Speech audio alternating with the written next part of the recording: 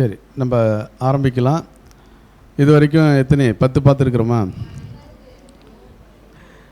9. சரி, ஓகே. சரி, இன்றைக்கி நம்ம வந்து பார்க்கும்போது 10வது டாப்பிக்லேருந்து நம்ம என்ன பண்ண போகிறோம்னா ஆரம்பிக்க போகிறோம். நம்ம வந்து 9வது என்ன படித்தோம் அப்படின்னு பார்க்கும்போது, வேதத்தை படிப்பதிலும் அதில் கலந்து கொள்வதிலும் முனைப்புடன் இருக்க முடியுமா அப்படின்ற ஒரு விஷயம். அதேமாரி சந்தோஷத்தில் நம்ம எப்படி என்னது சுய கட்டுப்பாடு நமக்குள்ளே இருக்கணும், சாப்பிட்றதுல எப்படி சுய கட்டுப்பாடு இருக்கணும், இதெல்லாம் நம்ம பார்த்தோம். இன்றைக்கி வந்து பார்க்கும்போது இந்த 10வது தலைப்பு என்ன அப்படின்னு பார்த்தீங்கன்னா, மாம்சத்தின் கட்டுப்பாட்டிற்கும் புது சித்தத்திற்குள்ள தொடர்பும் என்ன என்ற ஒரு விஷயத்தை தான் இன்றைக்கி என்ன பண்ண போகிறோம், நம்ம பார்க்க போகிறோம். இதில் வந்து இந்த ஆதார வசனம் கொடுத்துருக்குறாங்க இல்லையா, 1 கொரிந்தியர் 27ஆம் வசனம். மற்றவர்களுக்கு பிரசங்கம் பண்ணுகிற நான் தானே ஆகாதானாய் போகாதபடிக்கு என் சரீரத்தை ஒடுக்கி கீழ்ப்படுத்துகிறேன். இப்போ நான் தானேன்னு சொல்கிறாருல்ல, மற்றவர்களுக்கு பிரசங்கம் பண்ணுகிற நான் தானே ஆகாதவனாய் போகாதபடிக்கு என் சரீரத்தை ஒடுக்கி கீழ்ப்படுத்துகிறேன் அப்படின்னா, இந்த இடத்துல வந்து நான் தானே இங்கே யாரை குறிப்பிடுகிறார்?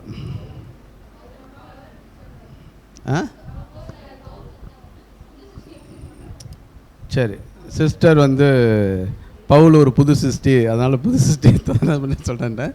ஆக்சுவலாக வந்து இங்கே நான் தானே அப்படின்னு சொல்லும்போது அது யாரை அங்கே குறிப்பிட்றாங்க அப்படின்னு பார்க்கும்போது ஒரு புது சிருஷ்டி.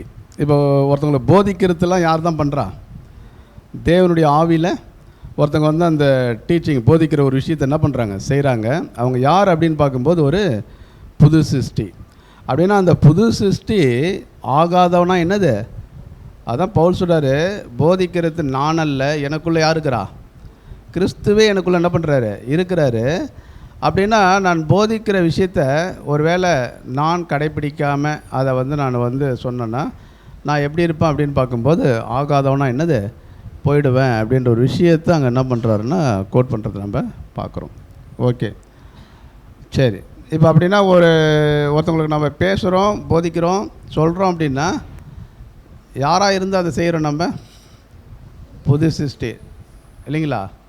இப்போ நான் என்றது என்னென்னா மாம்சம் ஒரு விஷயங்குது. அப்போ நம்ம பேசுகிற விஷயங்கள் தேவனுடைய வார்த்தையை ஒருத்தவங்க சொல்கிறோம் அப்படின்னா அந்த ஊந்துதல் நம்மளுக்கு கிடைக்குதுன்னா புது சிருஷ்டியினுடைய ஸ்தானத்திலிருந்து நம்ம என்ன பண்ணுற ஒரு விஷயத்தை பண்ணுறோன்னு பார்க்குறோம். சரி, இந்த ஒரு 10வது அந்த ஒரு ஹெட்டிங்கில் வந்து என்ன ஒரு கொஸ்டின் அப்படின்னு பார்க்கும்போது,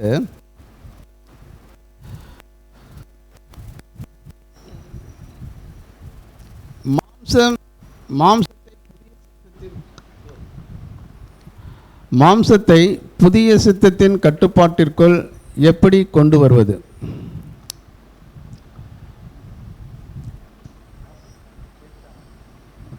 மாம்சத்தை புதிய சித்தத்தின் கட்டுப்பாட்டிற்குள் எப்படி கொண்டு வருவது? உங்களுடைய கைகளை உயர்த்தும்படி அன்புடன் கேட்டுக்கொள்ளப்படுகிறது.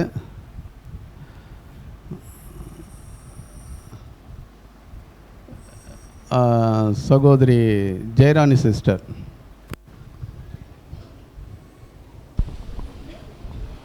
தேவனுக்கு மகிமை உண்டாவதாக.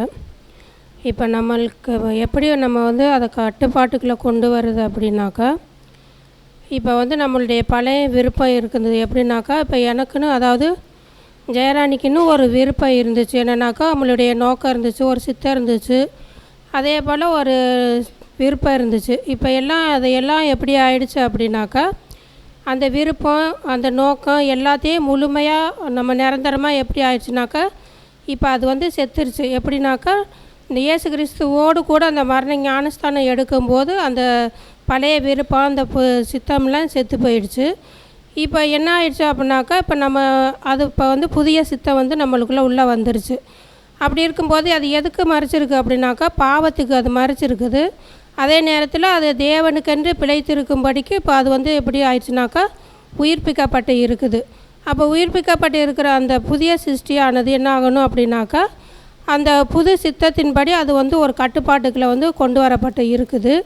அப்படின்றப்ப அந்த அந்த சித்தத்தை தான் இப்போ நம்ம என்ன செய்கிறோம் அப்படின்னாக்கா, தேவனுக்காகவும் அந்த சத்தியத்திற்காகவும் கொண்டு வந்து அந்த பொன்னான பிரமாணத்தின் கீழே வந்து நம்ம வந்து ஒரு ஊழியக்காரராக அந்த மாம்சத்தின்படி ஊழியக்காரராக நம்ம என்ன பண்ணுறோம்னாக்கா அதை எடுத்து பயன்படுத்துகிறோம். எதுக்காகனாக்கா, ஒரு புது சிருஷ்டி வந்து இப்போ அது மாம்சத்துக்கு வந்து ஒரு ஊழியக்காரராக பயன்படுத்துகிறோம். எப்படி அப்போ ஆனால் அது எப்படி இருக்குதுனாக்கா, ஒரு கருதப்பட்ட நிலையில் தான் இருக்குது. எப்படின்னாக்கா, அந்த புது சிருஷ்டி மாம்சத்துக்கு ஊழியக்காரராக இருக்குது அப்படின்ற நிலையில் வந்து அது வந்து மரித்ததாக கருதப்பட்ட நிலையில் தான் இருக்குது. அதே நேரத்தில் செத்து போனதாக கருதப்பட்ட நிலையில் தான் இருக்குது. அப்படி இருக்கும்போது அந்த பழைய சித்தம் எப்படி இருக்குது அப்படின்னாக்கா, மரித்து போனதாகவும் இப்போ புது சிருஷ்டி வந்து ஜீவன் உள்ளதாகவும் இருக்குது அப்படின்றத அதில் எனக்கு புரிஞ்சுக்கிட்டேன். Thank you sister. சகோதரி ராதா அவர்கள். தேவனுக்கு மகிமை உண்டாகட்டும். மாம்ச கட்டுப்பாட்டிற்கும் இந்த புதிய சித்தத்துக்கும் என்ன தொடர்புன்றாங்க. மாம்சத்தை கட்டுப்படுத்தினா தான் புதிய சித்தம், புது சிருஷ்டி வளரவே முடியும். அதுதான் அந்த பழைய அந்த என்னுடைய விருப்பங்கள், எனக்குன்னு ஒரு விருப்பம் இருந்தது இல்லையா பழச, அப்போது அதெல்லாம் வந்து செத்து போச்சு அப்படின்னு சொல்லிட்டு நம்ம சொல்கிறோம். அது எப்படி செத்து போச்சு அப்படின்னு சொல்ல, அந்த பழைய விருப்பங்கள் மறிக்கப்பட்டதா, இறந்து போனதா, நிராகரிக்கப்பட்டதா அப்படின்னு அது கருதப்படுது அப்படின்னு சொல்கிறோம். அது செத்து போன நிலைமையிலே தான் நம்ம வச்சுருக்கணும். அது அப்போ தான் வந்து நான் வந்து உயிரோடு இருக்கிறேன்னு அர்த்தம். இப்போ வந்து எப்படி பார்க்குறோம் அப்படின்னாக்கா, கிறிஸ்துவோடைய ஈடுபலியினால் என்னுடைய பாவங்கள் மன்னிக்கப்பட்டு நான் நீதிப்படுத்தப்பட்டு நான் என்னை முற்றிலுமாக அர்ப்பணிக்கப்பட்டு, தேவனே என்னுடைய சித்தம் இல்லை, அதாவது என்னுடைய பழைய விருப்பங்களெல்லாம் இனிமேல் நான் செய்ய மாட்டேன், உங்களுடைய விருப்பத்தை உங்களுடைய சித்தத்தை நான் செய்கிறேன்னு தீர்மானம் எடுத்தப்போ தேவன் எனக்கு ஒரு ஃபேவர் பண்ணியிருக்கிறாரு. அது என்னன்னாக்கா, அவருடைய சித்தத்தை எனக்குள்ளே கொடுத்து என்ன ஆவிக்குரிய ஜீவியாக மாற்றிருக்கிறாரு.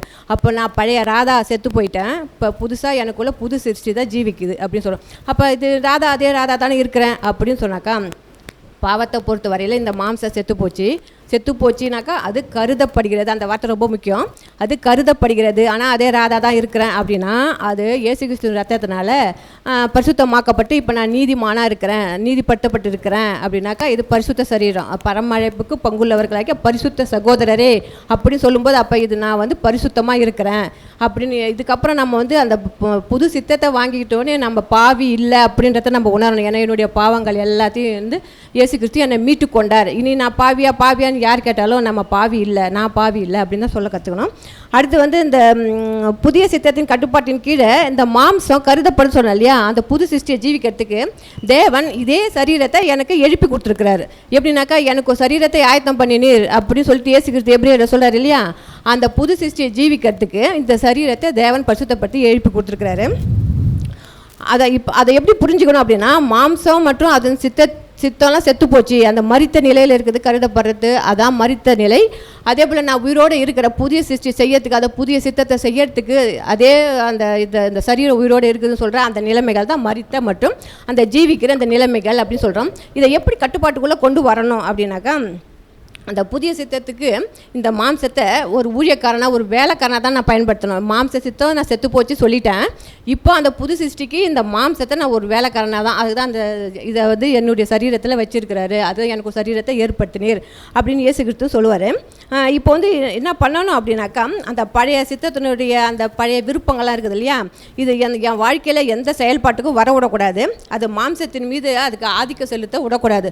எப்போதும் அந்த புது சிருஷ்டி அதோடைய எதிர்ப்பை தெரிவிச்சுட்டே இருக்கணும். அதான் அடிக்ஷன்லேயே வச்சுருக்கணும்னு சொல்லுவாங்க இல்லையா, மயக்க மருந்து கூட்டு வச்சுருக்க சொல்லுவாங்க. அந்த மாதிரி அது செத்த நிலைமையில தான் வச்சுருக்கோம். தலை தூக்கவே விடக்கூடாது. அப்படி தலை தூக்கினா என்ன ஆகும் அப்படின்னாக்கா, புதிய சித்தம் சில நேரத்தில் அலட்சியமாகி அப்படின்னாக்கா சோர்ந்து போயிடும். இதானே இதுக்கு இந்த சலுகை கொடுக்கலாம், இதானே செல்லில் ஒரு செய்தி பார்க்கறதுக்கு போவோம், 10-15 வீடியோ பார்ப்போம். சிஸ்டர் நெக்ஸ்ட் கொஸ்டினுக்கும் சேர்த்து பதில் போயிட்டா? ஆமாம்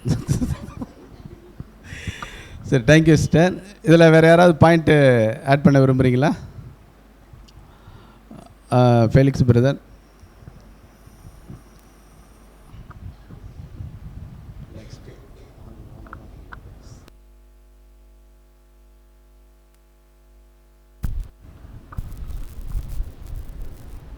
ஸோ அதே ஒரு சின்ன பாயிண்ட் தான் அதில்.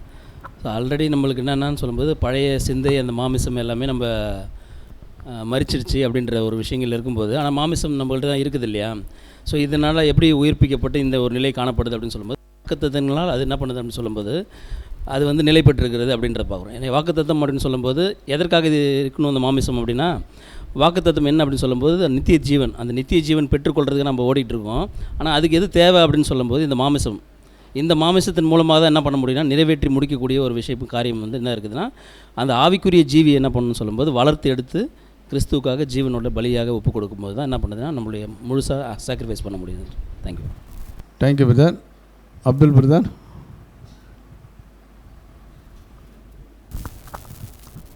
தேவனுக்கு மகிமை உண்டாவதாக பிரதர். இப்போ அதில் வந்து மாம்சத்தின்படி நம்மளுடைய மாம்ச சிந்தை ஆவிக்குரிய சிந்தை. இப்போ வசனம் நம்ம வந்து என்ன படிக்கிறோன்னு கேட்டிங்கன்னா, பலத்தினாலும் அல்ல பராக்கிரமணத்தினாலும் அல்ல என்னுடைய ஆவியினாலே ஆகும்னு சொல்லியிருக்காரு. இப்போ நம்ம மாம்சத்தை சாக அடிச்சிட்டு தான் ஆவிக்குரிய வாழ்க்கை ஆவிக்குரிய ஜீவியத்திற்கு நம்ம வந்திருக்கிறோம். அப்போ ஒவ்வொரு நாளும் நம்மளுக்குள்ள போராட்டம் எதுக்குன்னு கேட்டிங்கன்னா மாம்சத்திற்கும் அந்த ஆவிக்குரிய விஷயந்தான் வந்து நடக்கும். அப்போ அந்த மாம்சத்தை நம்ம எதன் மூலிமா ஜெயிக்க முடியும்னு கேட்டிங்கன்னா, நம்ம எந்த அளவுக்கு வசனத்தில் அதிகமாக நம்ம தேடுறோமோ, அப்போ பைபிளை ஓப்பன் பண்ணி எந்த அளவுக்கு நம்ம வசனத்தில் அதிகமாக வளர்கிறோமோ, ஏன்னா வசனத்தில் தான் வந்து தேவனுடைய ஆவி அதிகமாக வந்து பூரணப்படும். இப்போ வசனத்தில் நம்ம தேர தான் அந்த மாம்சத்தை வந்து நம்மளால் முழுமையாக ஜெயிக்க முடியும். இப்போ ஒரு நாளைக்கு நம்ம வந்து செய்கிற நிறைய வேலையை பார்த்திங்கன்னா மாம்சத்திற்கு ஏதுவான வேலையை தான் நம்ம செய்வோம். இப்போ வேலைக்கு போகிறோம், நம்ம நிறைய விஷயங்கள்லாம் நம்ம செய்கிறோம், அது வந்து மாம்ச வளர்ச்சிக்கு ஏதுவாக தான் நம்ம செய்கிறோம். அதுதான் சொல்கிறாரு, மாம்சத்தின்படி பிழைத்தால் சாவீர்கள்னு சொல்கிறாரு. அப்போது அந்த நம்மளோட மாம்சத்திற்கு ஏதுவான விஷயத்தை மாம்சத்தை எதுக்கு மட்டும்தான் பயன்படுத்தணும்னா ஆவிக்குரிய வளர்ச்சிக்கு ஏதுவாக தான். அந்த ஆவிக்குரிய வளர்ச்சி நம்மளுக்குள்ளே அதிகமாக வளரணும்னா வசனத்தில் நம்ம எந்த அளவுக்கு தேடுறோம். பைபிளை வந்து அதிகமாக எப்போல்லாம் டைம் கிடைக்குதோ வசனத்தை பைபிள் ஓப்பன் பண்ணி வச்சு வசனத்தை புரிஞ்சிக்கிட்டு ஒரு வசனம் அதனுடைய தொடர்ச்சி எது, அது அடுத்தது எது போகுதுன்னு சொல்லிட்டு அதில் வளரத்தின் மூலிமா நம்ம வந்து ஆவிக்குரிய விஷயத்தில் வளர முடியும். Thank you brother. சரி, இப்போ நம்ம மாம்சத்தை பழைய சித்தத்தின் கட்டுப்பாட்டிற்கு எப்படி கொண்டு வருவது அப்படின்றதுக்கு எல்லாருமே வந்து பார்க்கும்போது தெளிவான என்னது ஒரு ஆன்சர் பண்ணோம். இதில் முக்கியமாக வந்து பார்க்கும்போது அந்த இப்போ மாம்சன்றது என்ன அப்படின்னு பார்க்கும்போது பழைய விருப்பங்கள், பழைய ஆசைகள். அப்படின்னா நமக்கு வந்து பார்க்கும்போது ஆரம்பத்தில் எப்படி இருக்குன்னு பார்க்கும்போது நமக்குன்னு என்னது உலகத்தில் இப்படி இருக்கணும், இப்படி உலகத்தில் வந்து இந்த மாதிரி ஒரு ஸ்டேஜில் என்னது இருக்கணும், இப்படி ஒரு பெரிய ஆளாகணும், இப்படிலாம் ஒரு என்னது பழைய விருப்பங்கள்னு ஒன்று நமக்குள்ளே என்னது இருக்கும். இதை எப்படி நம்ம வந்து பார்க்கும்போது கண்ட்ரோல் பண்ணுறோம், கட்டுப்பாட்டுக்குள்ளே கொண்டு வரோன்னு பார்க்கும்போது எப்போ தேவனுடைய சித்தத்திற்கு நம்மளை என்னது அர்ப்பணிக்கிறோமோ இல்லைங்களா. இன்றைக்கி கூட நம்ம கேட்டோம் இல்லையா, உங்களை அழைப்பையும் தெரிந்து கொள்வதில் என்னது உறுதிப்படுத்தல். அப்போ எதன் மூலம் அந்த ஒரு உறுதிப்படுத்தல் நமக்குள்ளே வருதுன்னா நம்ம வந்து கிறிஸ்துவனுடைய ஈடுபலி, அந்த ஈடுபலின் மூலமாக நமக்கு கிடைக்கிற ஆசீர்வாதங்கள். அப்படின்னா அந்த ஆசீர்வாதங்களை எப்படி பெற்றுக்கொள்ளணும்னு பார்க்கும்போது வாக்கு தத்தங்கள் இல்லைங்களா. அப்போ அந்த வாக்கு தத்தத்தின் மேலே நம்ம என்ன பண்ணுறோம், நம்மளுடைய நம்பிக்கை, நம்மளுடைய விசுவாசம் இதெல்லாம் அதிகப்படுத்தும் போது நம்மளுடைய பழைய எண்ணங்கள், நம்மளுடைய பழைய சிந்தைகள், பழைய ஆசைகள் இதெல்லாம் என்ன பண்ணுறது தெரியுமா, ஒரு கட்டுப்பாட்டுகள் என்ன பண்ணுறோம் நம்ம கொண்டு வரக்கூடிய விஷயங்கள். அப்போ இதெல்லாம் இன்னும் எப்படி எப்படிலாம் கொண்டு வரோன்றதை கொடுத்து எக்ஸ்பிளைன் நிறைய என்ன பண்ணிங்க செய்திங்க. ஓகேங்களா. சரி, ரெண்டாவது கொஸ்டின் என்ன அப்படின்னு பார்க்கும்போது இப்போ இந்த மாதிரி இருக்கும்போது இந்த மாம்சம் பழைய விருப்பம் புது சித்தத்திற்கு எதிராக செயல்படுமா, செயல்படும்னா எப்படிலாம் செயல்படும்?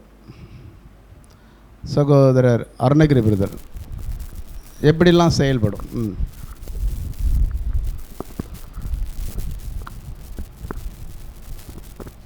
இதில் எப்படி செயல்படுனாக்கா அவனவன் அழைக்கப்பட்ட நிலைமையிலேயே இருக்கணும்னு தான் இப்போ வேத வசனம் சொல்லுது. அப்படி அழைக்கப்பட்ட நிலைமைக்கு முன்னாடி நம்ம எப்போ இருந்தோம்னாக்கா இப்போ பிரதர் சொன்ன மாதிரி தான் நம்மளுக்குன்னு நிறைய ஆசைகள் இருந்திருக்கும், நிறைய இலக்குகள் இருந்திருக்கும், நிறைய லட்சியங்கள் இருந்திருக்கும். அதெல்லாம் அதுக்கு முன்னாடி இருந்திருக்கும். அதை மறிச்சாச்சு. அது பாவ மனுஷங்கிட்ட இருந்தது, அது மறிச்சாச்சு. அது மறித்திட்ட பிற்பாடு நம்ம புது சிருஷ்டி, புது மனுஷனாக வந்துட்ட பிற்பாடு அதெல்லாம் ஒழிஞ்சு போச்சு. அப்போ அது ஒழிஞ்சு போன பிற்பாடு இந்த சரீரம் வந்து நம்மளுக்கு வந்து புது சிருஷ்டி பயணிக்கிறதுக்காக இதை உயிர் பற்றி கொடுத்துருக்கிறார். இந்த சரீரத்தில் தான் புது சிருஷ்டி, இந்த நீதிமானாக்கப்பட்ட சரீரத்தில் தான் புது சிருஷ்டி வந்து இப்போ பயணிக்குது. இந்த நீதிமானாக்கப்பட்ட புது சிருஷ்டி இந்த பயணத்தில் இந்த சரீரத்துக்குன்னு சில சலுகைகள் வந்து தேவன் அனுமதிச்சுக்கிறார், சில சலுகைகள் அனுமதிச்சுக்கிறார். அந்த சலுகைகள் மீறாத அளவுக்கு புது சிருஷ்டி கண்காணிக்க வேண்டும். அதான் ரொம்ப முக்கியம். அந்த புது சித்தத்தினுடைய வேலையே என்னன்னாக்கா, இந்த மாம்சத்தினுடைய புதிய அந்த அந்த சலுகைகள், அந்த அதுக்கு அனுமதிக்கப்பட்ட சலுகைக்கு மேலே போகாத அளவுக்கு இது கண்காணித்து அதை அடித்து அப்படியே அதனுடைய நிலையை அங்கேயே வச்சுருக்கணும். அதனால தான் வேதவாசனம் அவன் அழைக்கப்பட்ட நிலையிலே இருக்க கடவுள், மாற்றவே கூடாதுன்றார். அதை மாற்றணுன்னாக்கா நீ உன் சுயம், அது நீ சுயநலத்தில் மாற்றுறன்னு அர்த்தம். சுயநலத்துக்கு வெறுக்கிறதுக்காக தான் இங்கே சுயநலத்தை அடியோடு வேரோடு பிடிக்கிறதுக்காக தான் இயேசு கிறிஸ்து இங்கே வந்தார். அப்படி நம்ம வந்து அதை எதை கண்ட்ரோல் பண்ணணுன்றது தான் இங்கே இப்போ நம்ம இது சொல்கிறாங்க. அப்போ நம்மளுக்கு வந்து இந்த மாம்சத்தில் வந்து இன்னத்தை கொடுத்துக்கிறாரு, ஒரு சலுகை கொடுத்துக்கிறாரு சொல்கிறோம்ல. அது என்ன சலுகைனாக்கா, இந்த மாம்சம் வந்து வாழறதுக்கு தேவையான, வாழ்க்கைக்கு தேவையானது தான் உனக்கு வசதி இருக்கணும். உனக்கு வசதிக்கு தேவையான வாழ்க்கை இருக்கக்கூடாது. உன்னுடைய வசதியெல்லாம் வாழ்க்கைக்கு தேவையான நீ சுருக்கிக்கணும். இப்போ வந்து உன்னுடைய வேலை இருக்குது, உன்னை ஒரு வேலைக்கு இப்போ உனக்கு ஒரு வேலை செய்கிற, அந்த வேலைக்கில் வந்து ஒரு 20,000 சம்பளம் வாங்குறதுனாக்கா அந்த 20,000 உனக்கு வீட்டு வாடகை கொடுத்து சாப்பாட்டு பசங்களை பராமரித்து தானும் அதை அது போதுமான இருந்ததுனாக்கா அதோட நிறுத்திக்கணும். அதுதான் ஒரு அது அழைக்கப்பட்ட நிலை. இல்லை எனக்கு வந்து மும்பையில் வேலை கிடச்சிட்டு 2 லட்ச ரூபா சம்பளம் வருது, இதை விட அதிகம் அது இன்னும் சொல்லிட்டு நீங்கள் அங்கே போனீங்கனாக்கா இது வந்து வசதிக்கு தேடுற, இது வந்து சுயம். இதை மீறாத அளவுக்கு தான் புது சிருஷ்டியை ஸ்டாப் பண்ணுது. அடுத்தது என்னன்னாக்கா, நீ ஒரு தொழில் செய்கிற, நீ தொழில் செய்யும்போது உனக்கு வந்து இப்போ ஒரு தொழில் செய்வேன், சின்னதாக ஒரு தொழில் செய்வேன், அதில் தேவையானது உனக்கு கிடைக்கும். இல்லை இன்னொரு யூனிட் போட்டாக்கா இன்னும் நிறையா பணம் கிடைக்கும். அது உனக்கு வசதிக்கு இங்கே புது சிருஷ்டி இல்லை, வாழ்க்கைக்கு தான் புது சிருஷ்டி. இதை நம்ம தெளிவாக தெரிஞ்சுக்கணும். அதேமாரி நம்ம திருமண கடமையில் நம்ம பார்த்தோம். திருமணம் வந்து அவனவன் அழைக்கப்பட்ட நிலைமையிலே இருந்தாக்கா அங்கேயே இருந்துடணும். நீ திருமணம் செய்ய விரும்பினால் தெய்வீக ஒழுங்குக்குள்ளே தான் நீ திருமணம் செய்யணும். இல்லை மாப்பிள்ளையும் இல்லை பொண்ணு இல்லை நான் வெளியில் எடுத்துக்கிறேன்னாக்கா அது உன்னுடைய சுயம், நீ வெளியில் போகிறேன்னு அர்த்தம். புது சிருஷ்டி இதெல்லாம் தான் கண்காணிக்கணும். இதை கண்காணித்து தான் நீ அதை ஒடிக்கணும். இதை நீ புது சிருஷ்டி இதை கண்காணிக்கவே விட்டுடுத்துனாக்கா இவர் வந்து பணத்தில் மேலே ஏறினே இருக்கார், வசதி வாய்ப்பில் ஏறினே இருப்பார், இவர் இஷ்டத்துக்கு எல்லாத்தையும் பண்ணினே இருப்பார். ஒரு புது சிருஷ்டி வந்து அப்படியே தரமட்டத்தில் போயிடும், அது ஏறி உட்காந்துக்கும். இதை தான் கண்காணித்தா தான் நீ புது சிருஷ்டி வளர்க்க முடியும், இல்லைன்னாக்கா வளர்க்க முடியாது. இதை தான். Thank you brother. பிரதர் நல்லா ப்ராக்டிக்கலாக நிறைய விஷயங்கள் என்ன பண்ணார், ஷேர் பண்ணார்.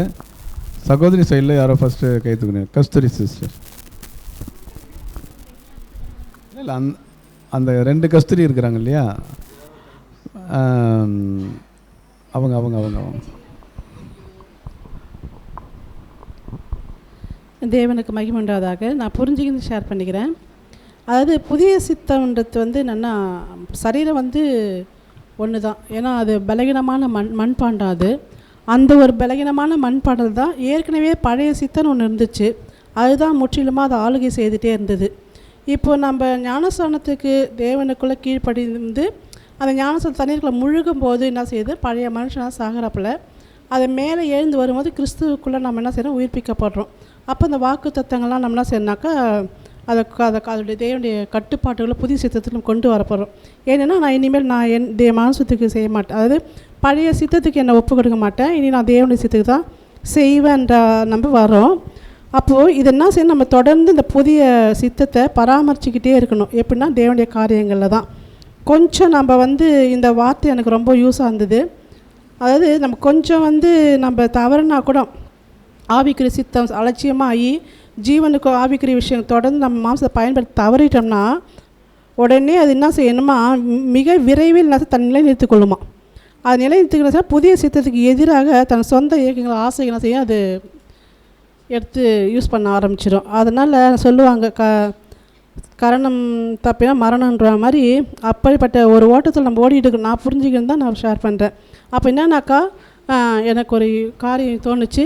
நம்முடைய ஆண்டவராகிய இயேசு கிறிஸ்து அந்த கலிலேயா கல்யாணத்துக்கு போகும்போது, ஆமாம் கானாவூர் கல்யாணத்துக்கு போகும்போது அப்போது அந்த ஒரு கற்சாடிகள் அங்கே இருக்கப்பட்டது. அதுவும் ஒரு மண் பாத்திரம். இப்போ நம்ம ஒரு மண்பாண்டம் தான். அதுவும் ஒரு மண்பாண்டம் தான். 6 கற்சாடி அங்கே இருந்தது. ஏற்கனவே தண்ணீரால் நிரக்கப்பட்டது. நம்ம அதை ஆவிகுறிச்சி பார்க்க தேவையில்ல. ஒரு எடுத்துக்காட்டுக்காக சொல்கிறேன். ஆண்டவராகிய இயேசு கிறிஸ்து ஆசீர்வதிக்கும் போது திராட்சை ரசம் மாற்றப்பட்டது.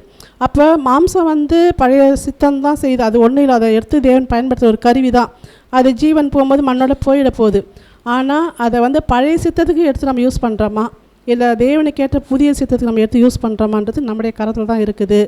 அதை தேவனுக்காக நான் எப்பொழுதும் நான் செய்யணும், அந்த பழைய சித்தம் மேற்கொள்ளாதபடிக்கு புதிய சித்தத்துக்கு நம்ம எப்பொழுதும் விழிப்பாக இருக்கணுன்ட்டு நான் புரிஞ்சுக்கணும். தேங்க்யூ. சரி, இப்போ இதில் வந்து மாம்சம் புதிய சித்தத்திற்கு எதிராக செயல்படுமா அப்படின்னா எந்தெந்த வகையில் அது என்னது செயல்படும், அதை குறித்து இன்னும் யாருன்னா பாயிண்ட் ஷேர் பண்ண விரும்புகிறீங்களா? சரி, கஸ்தூரி, 2வது கஸ்தூரி. சரி, ஷார்ட்டாக பேசுங்க. பாயிண்ட்டை வந்து பார்த்தீங்கன்னா ஷார்ட்டாக என்ன பண்ணுங்கள் சொல்லுங்கள். பழைய சித்தை கண்ட்ரோல் பண்ணலன்னா கட்டாயமாக புதிய சித்தை வந்து அலட்சியம் ஆகிடும். அதனால நம்ம வந்து ஆவிக்குரிய விஷயத்தில் வளர முடியாது. ஏன்னா இன்றைக்கே நான் பார்த்தா செம மழை பெஞ்சுது, வரலாமா வரக்கூடாதுன்னு ஒரு உட்காண்டா இருந்தேன் 8:30 வரைக்கும். ரொம்ப மழையாக இருக்குது, இடி இருக்குது, போகலாமா, நம்மளுக்கு ஒரு ஆப்ஷன் இருக்குது, ஆன்லைனில் பார்த்துக்கலாம் அப்படின்னு தோணுச்சு. ஆனால் கிடையாது, நம்ம சர்ச்சுக்கு தான் போகணுன்றது ஒரு விடாப்படியாக இருந்துட்டு மழையும் நான் பொருட்படுத்தாமல் நான் வந்தேன். அந்த மாம்சத்தை கட்டுப்படுத்தினேன் இன்றைக்கி. போனஸ்டர்.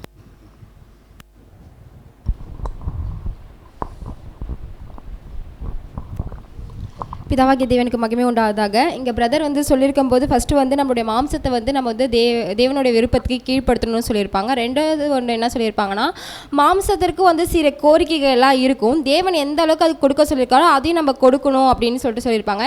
இந்த 2 விஷயத்தையும் நம்ம சரியான முறையில் கையாளணும். ஏன்னா நமக்கு வந்து மரணமா இல்லை ஜீவனான்ற ஒரு விஷயம் இருக்குது அப்படின்றத சொல்லிட்டு நெக்ஸ்ட்டு என்ன ஒரு விஷயம் சொல்லியிருப்பாங்க அப்படின்னு பார்த்தோம்னா, மாம்சம் வந்து தானாக முன் வந்து சாகாது, நாம் தான் என்ன பண்ணணும்னா அதை பலி செலுத்தணும். எப்படி பலி செலுத்தணும், நம்மளுடைய தேவனுடைய விருப்பம், சிந்தை. நீங்கள் அடுத்த பேராகிராஃப் பதில் சொல்லுகிறீங்க. நான் ஃபஸ்ட்டு பேராகிராஃபில் இதை கேட்டுக்கிறேன்.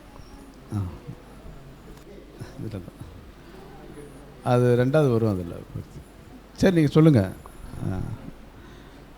இல்லை அந்த பாயிண்ட்டு அதில் 2வது பேராகிராஃபில் வருது.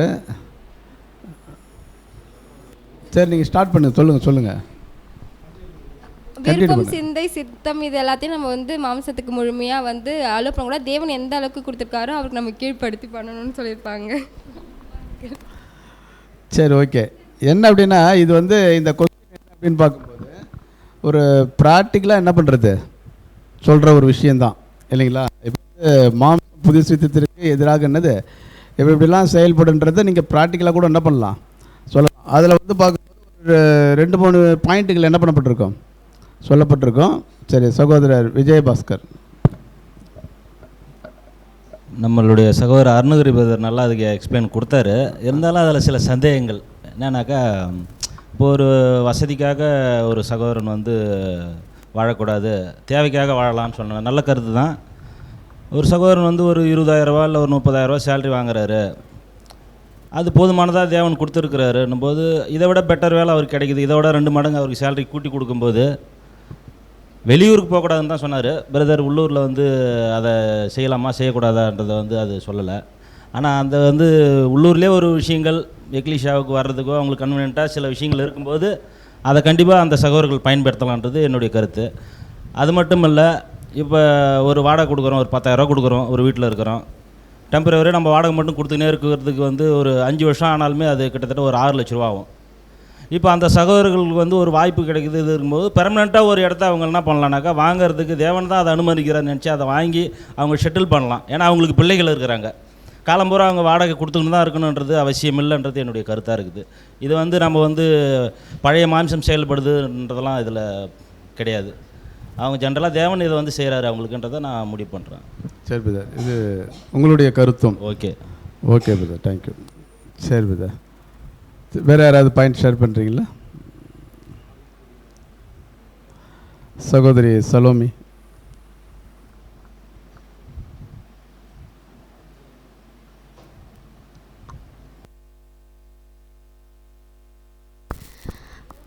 அனைத்து பரிசுத்தவான்களுக்கும் கிறிஸ்துவுக்குள்ளான அன்பின் வாழ்த்துக்கள்.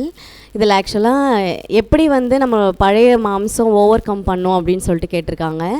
எப்படி அப்படின்னு பார்க்கும்போது ஒரு புது சிருஷ்டி சில டைமில் என்ன ஆகும் அப்படின்னு பார்க்கும்போது ஒரு லெத்தாஜிக்கா, அதான் இங்கே என்ன சொல்லியிருக்காங்கன்னா அலட்சியமாயிட்டு நம்மளுடைய சரீரத்தை எதுக்காக பயன்படுத்தணும் அப்படின்னு பார்க்கும்போது ஆவிக்குரிய விஷயங்களுக்கு பயன்படுத்தணும். நிறைய நேரம் நம்ம சரீரத்தை நம்ம என்ன பண்ணுறோம், நிறைய நேரம் கண் விழித்து படிக்கிறது, பைபிள் படிக்கிறது, அதுக்கான விஷயங்களை நம்ம வந்து நம்மளுடைய குணலட்சணம் ஏதாவது கம்மியாக இருக்கா அதுக்கு ஏதாவது நம்ம படித்து பயன்படுத்திக்கிறது, இது மாதிரியான விஷயங்களுக்கு. அதே போல் இப்போ அக்கா சொன்னாங்க எக்லிஷியாவுக்கு ஒருவேளை ஆன்லைனில் கேட்கலாம், உண்மைதான். ரொம்ப முடியாதவங்கன்னா கண்டிப்பாக அதை பயன்படுத்திக்கிறதுக்காக தான் அதை இது பண்ணிக்கிறாங்க. இல்லை நம்மளால் வர முடியும் அப்படின்னும் போது நம்ம வந்து நம்ம நேராக சகோதரோடு ஐக்கியப்பட்டு நம்ம கேட்குறது, இது எல்லாமே என்னென்னா நம்மளுடைய ஆவிக்குரிய விஷயங்களுக்காக நம்மளுடைய சரீரத்தை நம்ம என்ன பண்ணுறோன்னா பலி செலுத்துகிறோம். ஆனால் சில டைமில் நம்மளுடைய மாம்சம் என்ன பண்ணும் அப்படின்னு பார்க்கும்போது ரொம்ப அறிவாளி மாதிரி அப்படின்னு சொல்லும்போது அதுக்கு என்ன பண்ணிவிடும்னா இந்த புது சிருஷ்டி வளைஞ்சு கொடுத்துரும். இவ்வளோ நேரம்லாம் இப்போ நம்ம கண்ணு முழிச்சு படித்தா தான் நம்ம சபையாகணும்னு அவசியம் இல்லை அப்படின்னு என்ன ஆகும், கொஞ்சம் நேரம் மட்டும் படிக்கிறது, இல்லை ஒரு சில சப்ஜெக்ட்ஸ் மட்டும் கேட்டுக்கிறது, இது மாதிரியான நான் சும்மா ப்ராக்டிக்கலாக சொல்கிறேன்னா எனக்கு தெரிஞ்சது, நான் அனுபவிச்சது. அதே போல் சகோதரர்களுக்கு ஏதாவது ஹெல்ப்பு இல்லை ரொம்ப லாங்கில் இருக்காங்க, இவ்வளோ தூரம் போய் பண்ணணும்னு அவசியம் இல்லை, கிட்டத்தட்ட சகோதரர்கள் பார்த்துப்பாங்க அப்படின்னு நம்ம திடீர்னு யோசிக்கிறது, இது எல்லாமே வந்து நம்மளுடைய மாம்சம் நம்மளை ஏமாத்துற விஷயங்கள்.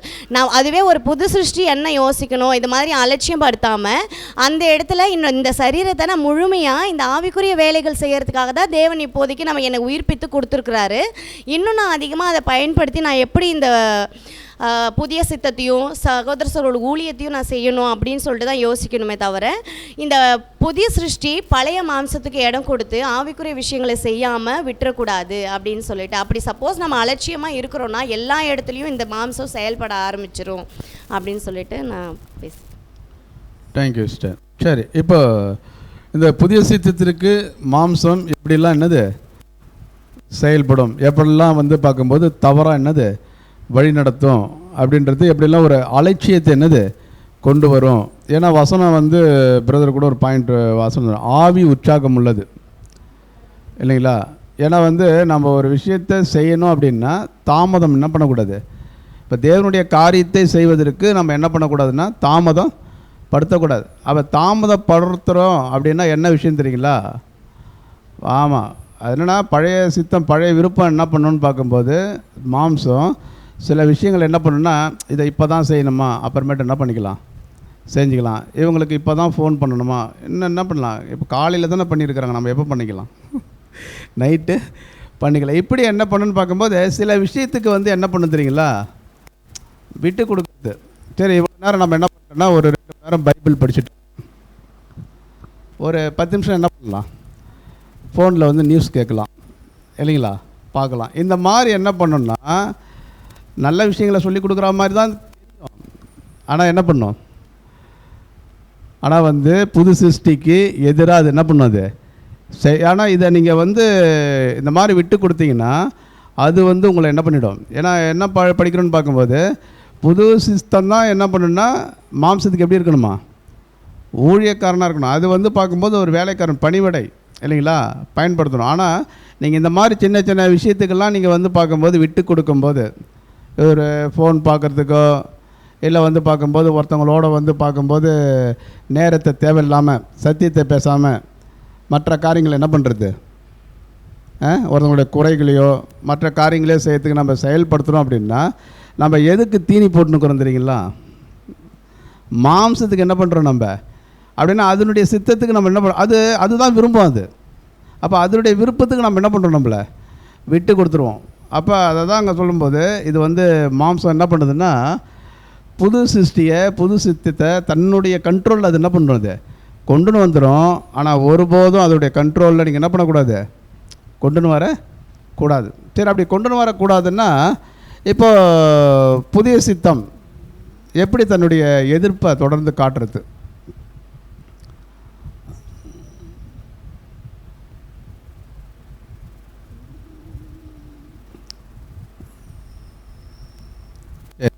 சகோதரி ராதா சிஸ்டர் பாயிண்ட்டை சுருக்கமாக நீங்கள் ஷேர் பண்ணுங்கள் சிஸ்டர். இந்த பழைய சித்தத்தை சாகடிக்கிறதுக்கும் புதிய சித்தத்தை மேலே வளர்ச்சிக்கு கொண்டு வர்றதுக்கும் அதை சொல்கிறது ரொம்ப கடினமான வேலை அப்படின்னு சொல்கிறாரு. அந்த பேராக்கு வந்துட்டீங்கல்ல, சரி, அது ரொம்ப கஷ்டமான வேலைன்னு சொல்கிறாரு. அப்போ நீங்கள் அதை ஈஸியாக ஆகணும்னா உங்களுக்கு 3 பாயிண்ட்டு கொடுத்துருக்குறாரு. ஒன்று என்னன்னாக்கா, இந்த மாம்சத்தை பலி செலுத்தி தேவனை பிரியப்படுத்துறது. அது ஈஸியாக புரிஞ்சுக்கணும். எப்படின்னா, மாம்சத்தை பாவம் செய்யக்கூடாதுன்னு போராட்டத்தை காட்டிலும் ஒரே வேலை தான், தேவனுடைய சித்தத்தை செய்யறதுக்கு முயற்சி செய்யுங்க, அவ்வளோதான், ஒரே வேலை தான். அது எப்படின்னாக்கா, அதுக்கு தான் அந்த திருவிவிலியத்தில் ஈஸியாக கொடுத்துருப்பாங்க. ஊனியல்படி வாழ்ந்தால் சாகத்தான் போகிறீங்க அப்படின்னு வரும். அப்போ மாம்சத்தின்படி நீங்கள் பழைச்சிங்கனாக்கா செத்து போவீங்க, ஆவியினாலே மாம்சத்தின் செய்கைகளை அழிச்சிங்கனாக்கா நீங்கள் வாழ்ந்துருவீங்க, புது சிஷ்யை வளர்த்துடலாம் அப்படின்னு சொல்லிட்டு ஒரு பாயிண்ட் சொல்கிறாரு. செகண்ட் பாயிண்ட் என்னன்னாக்கா, அந்த மாம்சத்துக்கு சில தேவைகள் வேணும் தான், அதுக்காக மாம்சத்தை பட்டினிலாம் போட முடியாது, அதுக்கு சில சலுகைகள் வேணும், அதை எந்த அளவுக்கு கொடுக்கலாம் அப்படின்றத நீங்கள் யோசித்து செய்யுங்க அது சொல்கிறாரு. 3வது பாயிண்ட் என்ன சொல்கிறாரு அப்படின்னாக்கா, சாவா வாழ்வா அப்படின்ற நம்ம அந்த இதில் இருக்கிறோம். அதான் கரணம் தப்புனா மரணன்ற மாதிரி நம்மளுக்கு வந்து இதுக்கப்புறம் வாழ்வெல்லாம் கிடையாது, மரணமும் கிடையாது, நம்ம புது ஜீவிகள், ஜீவன் உள்ள நம்ம.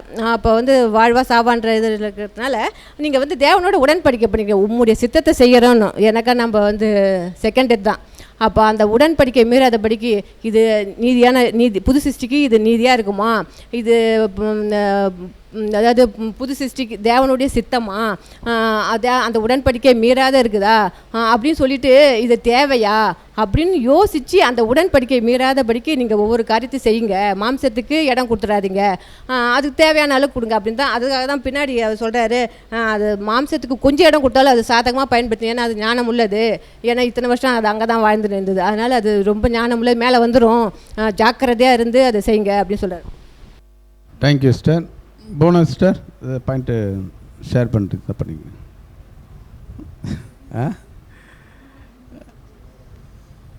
பாயிண்ட் ஷேர் பண்ணுறீங்களா? சரி, வேறு சிவசக்தி சிஸ்டர்.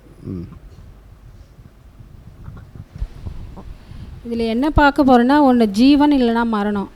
அப்போ மாம்சத்தின்படி நம்ம வந்து பிழைத்தா செத்துருவோம், ஆவின்படி பிழைத்தால் தான் நம்ம வந்து பிழைப்போம். அப்போ வந்து எப்படின்னா, இப்படி பிழைச்சபோது தான் நம்ம உயிர் தேரில் வந்து நம்ம பரிபூர்ணம் அடைவோம். அப்போ மாம்சம் வந்து முன் வந்து சாகுமான்னு பார்த்தா தானாக முன் வந்து சாகாது. ஏன்னா புது சிருஷ்டியோட விருப்பம் சிந்தை எல்லாவற்றையுமே அவர் கொல்லப்படணும். அப்போ புது சிருஷ்டியோட விருப்பத்தையும் சித்தத்தையும் எல்லாத்தையும் அதிகமாக நம்ம மெருகு ஏற்றதான் அந்த மாம்சம் வந்து நம்ம கொல்லப்படணும்.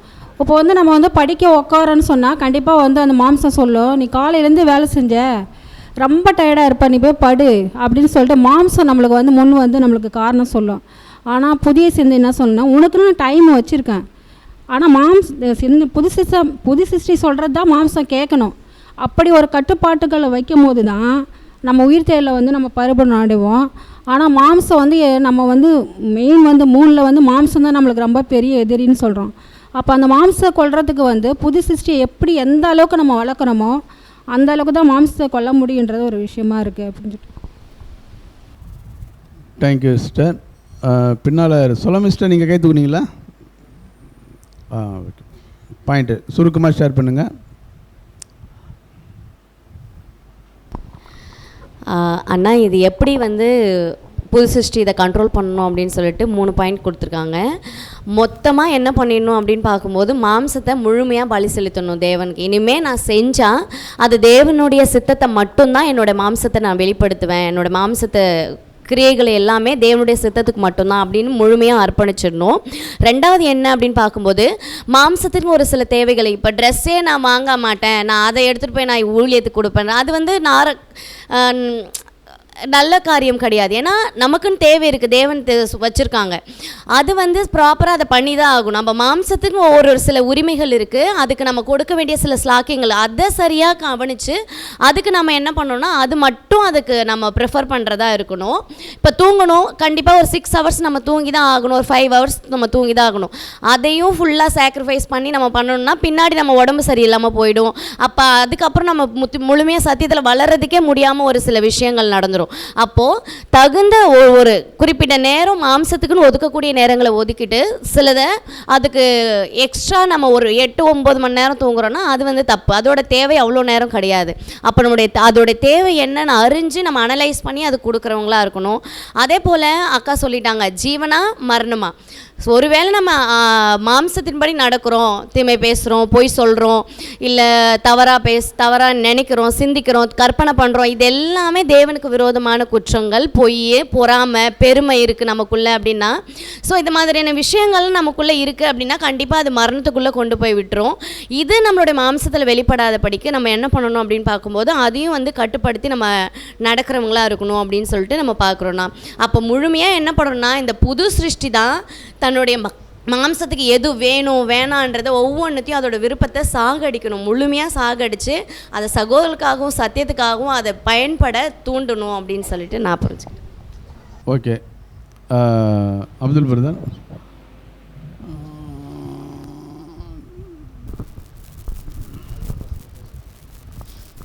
வாலிப பசங்க கை தூக்க மாட்டாங்க. ஒரே ஒரு வசனம் தான் பிரதர், தன் ஜீவனை காக்கிறவன் அதை இழந்து போவான், என் நிமித்தமாக அதை இழந்து போகிறவன் ரட்சிப்படைவான்னு சொல்லிட்டு வசனம் இருக்குது. அதனால் நம்ம காலையில் எப்போ எழுந்திருக்கிறோம், எப்போ தூங்குகிறோம், இது வரைக்கும் பார்த்திங்கன்னா மாம்சத்திற்காக நம்ம என்னென்னலாம் செஞ்சோம், தேவ சித்தத்துக்காக என்னென்னலாம் செஞ்சோம், இதுதான் பிரதர் நம்மளை வந்து ரட்சிப்புக்கு எதுவாக வழி நடத்தும். இப்போ ஒரு நாளைக்கு 8 மணி நேரம் வேலை செய்கிறோம், வேலைக்கு போகிறோம், 8 மணி நேரம் தூங்குகிறோம், மற்ற நேரத்தில் தேவனுக்காக எவ்வளோ நேரத்தை செலவு பண்ணுறோம், அவருடைய சித்தத்துக்காக, அவருடைய சித்தத்துக்கு கீழ்ப்படிந்து. இப்போ இந்த நாள், இப்போ இன்றைக்கி சண்டேனா தேவனுடைய சித்தத்தை நம்ம எந்த அளவுக்கு நிறைவேற்றணும் அதை தான் வந்து நம்ம பார்க்கணும். இப்போ மாம்சத்துக்கு எதுவாக வாழ்ந்தோன்னா அதில் தான் வந்து தெளிவாக அந்த வசனத்தை வந்து சொல்கிறார். Thank you brother. சரி, இப்போ இந்த ஒரு பாயிண்ட்டை நம்ம முடிச்சிக்கலாம். என்ன அப்படின்னு பார்த்தீங்கன்னா, சிம்பிளாக ஒரே ஒரு எக்ஸாம்பிள் என்னன்னு பார்க்கும்போது, இப்போ பெற்றோர்களுக்கு தெரியும், ஒரு குழந்தை இருக்குதுன்னு வச்சுங்க, பிறந்த குழந்தை. இப்போ அந்த குழந்தைய வந்து அவங்க எப்படி பராமரிப்பாங்க? அதுக்கு ஒரு ஃபுட்டு கொடுக்கணும் இல்லைங்களா? அதை என்ன பண்ணணும்னா ரொம்ப பார்க்கும்போது அதோடைய கவனம் ஃபுல்லாக எந்த வேலை செஞ்சுருந்தாலும் கவனம் ஃபுல்லாக எங்கே தான் இருக்கும்? அது கொஞ்சம் தவழ ஆரம்பிச்சதுன்னா, அதுமாரி அது கொஞ்சம் நடக்க ஆரம்பிச்சதுன்னா இல்லைங்களா? அப்போ அதேமாரி பார்த்திங்கன்னா என்னென்னா, ஏதாவது எடுத்து வாயில் என்ன பண்ணுறது, தேவையில்லாம் சாப்பிட்டா அதுக்கு வந்து அஜீரணம் ஆகிட போகுது, உடம்புக்கு ஏதாவது என்னது. இப்படி என்ன பண்ணுறோன்னா ஒரு குழந்தை அதை வந்து நம்ம பராமரிக்கிறதுக்கு அந்த அளவுக்கு என்ன பண்ணுறோம், நம்ம இம்பார்ட்டன்ட் இல்லைங்களா? அது வந்து பார்க்கும்போது கடமை. அப்போ இந்த ஒரு புது சிருஷ்டியை நம்ம என்ன பண்ணணும்னு பார்க்கும்போது இந்த அளவுக்கு என்ன பண்ணுவோம், நம்ம நமக்குள்ளே ஒரு புது சிருஷ்டி உருவாக்கிறது இல்லையா? அது எந்த விதத்துலேயும் வந்து பார்க்கும்போது மாம்சம் என்ன பண்ணிவிடுன்னு பார்க்கும்போது அது வந்து அதோடைய கண்ட்ரோலில் கொண்டு போகிறதுக்கு என்ன பண்ணோம், நிறையா சூழ்நிலைகள் இருக்குது. அப்போ ஒரு புது சிருஷ்டி ஒரு தேவனுடைய பிள்ளைகள் எப்படின்னு பார்க்கும்போது பார்க்கணும், கவனிக்கணும் எந்த அளவுக்கு என்னது அது இருக்குது. ஒரு வேளை நம்ம படித்தோம் இல்லைங்களா, ஜீவனா மரணமா இல்லைங்களா? அப்படின்னா நம்ம வந்து ஜீவனுக்குரிய விஷயத்தை வந்து நம்ம கொடுக்குறோமா, இல்லை நம்மளுடைய புது சிருஷ்டிக்கு அது மறிக்கிறதுக்குரிய காரியங்கள். ஏன்னா வசனம் நம்ம என்ன படிக்கிறோம், அந்த பேரக்காரர்கள் பார்க்கும்போது மாம்சம் தானாக முன் வந்து என்ன பண்ணாது, மறிக்காது. அதை நாம் தான் என்ன பண்ணணும், கொல்லணும் இல்லைங்களா? கொல்லணுன்னா என்ன பண்ணணும், தடவி கொடுத்தாலும் என்ன பண்ணாது, அது கொல்லாது. என்ன பண்ணுவாங்க, அடிக்கணும். அடின்னு அடித்தா தான் எது சாகும் இல்லைங்களா? எப்படி ஒரு பாம்பை என்ன பண்ணுறோம் அடிக்கிறோமோ அந்த மாதிரி என்ன பண்ணணும், அடிக்கணும். இப்படி நம்ம என்ன பண்ணுறோன்னா பார்க்குறோம். இதில் வந்து பார்க்கும்போது அனுபவம் பெற்றவர்களுடைய ஆலோசனை இந்த மாம்சத்தை, இந்த புது சிருஷ்டியை சுய கட்டுப்பாட்டில் கொண்டு வரத்துக்கு இல்லைங்களா, அனுபவம் பெற்றவர்களிலிருந்து வரக்கூடிய ஆலோசனை என்னன்றது யாராவது ஷேர் பண்ண முடியுமா? யாராவது ஒருத்தவங்க 2 பேர் மட்டும் ஷேர் பண்ணால் போதும். இந்த விஷயத்தில் அனுபவம் பெற்றவர்களிடமிருந்து நாம் கற்றுக்கொள்வது. அனுபவம் பெற்றவங்க யார்? அப்போஸ்தலர்கள் இல்லைங்களா? அவங்களுடைய அனுபவம், அந்த அனுபவத்தை தான் என்ன பண்ணியிருக்கிறாங்கன்னா நிருபமாக என்ன பண்ணியிருக்கிறாங்க, கொடுத்துருக்குறாங்க. அந்த விஷயத்தை யாராவது ஷேர் பண்ணுறீங்களான்னு கேட்குறேன். சகோதரி கலைவாணி சிஸ்டர்.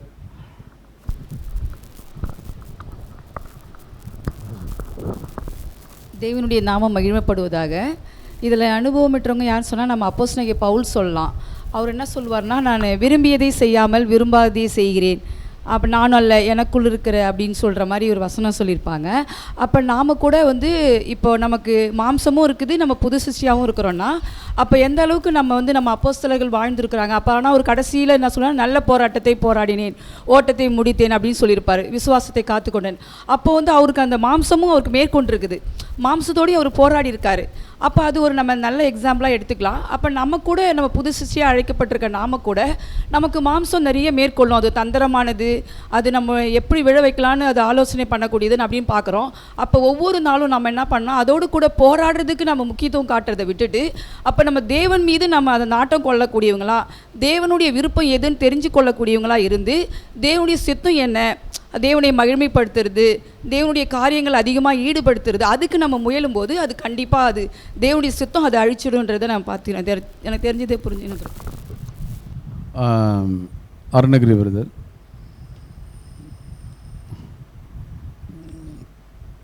ஷார்ட்டா. அதாவது இப்போ வந்து நம்ம என்னுடைய சித்தம் இல்லை, தேவனே உன்னுடைய சித்தத்தை செய்ய வந்திருக்கிறோன்னு சொல்கிறோம். தேவனுடைய சித்தத்தை செய்ய வந்திருக்கிறோம். இதில் அனுபவப்பட்டவங்க நம்முடைய முன்னோடியார்கள், நம்ம ஆண்டவராக இயேசு கிறிஸ்து, அப்போஸ்தலர்கள்லாம். அவங்க வந்து தேவனுடைய சித்தத்தை செஞ்சு தான் வந்தாங்க. அவங்க இப்போ நம்ம தேவனுடைய சித்தத்தை செய்யணும்னு வந்துட்ட பிற்பாடு எதையாவது இழக்கலைன்னா நாம் தேவனுடைய சித்தத்தை செய்ய முடியாது. ஒரு இழப்பு இருந்தால் தான் தேவனுடைய சித்தத்தை செய்ய முடியும். இல்லை நான் எதையுமே இழக்க மாட்டேன், நான் தேவனுடைய சித்தத்தை செய்வேன்னாக்கா உன்னால் முடியாது. அப்படி அப்போஸ்தலர் பவுல் நினச்சிருந்தாருனாக்கா செய்ய முடிஞ்சிருக்குங்க. அவர் 2 நேஷனாலிட்டி வாங்கினவர், அவர் நல்ல பிஸ்னஸ் மைண்டு, நல்ல வாக்கு வல்லம் உடையவர். அவர் எப்படியா இருந்திருக்கலாம்?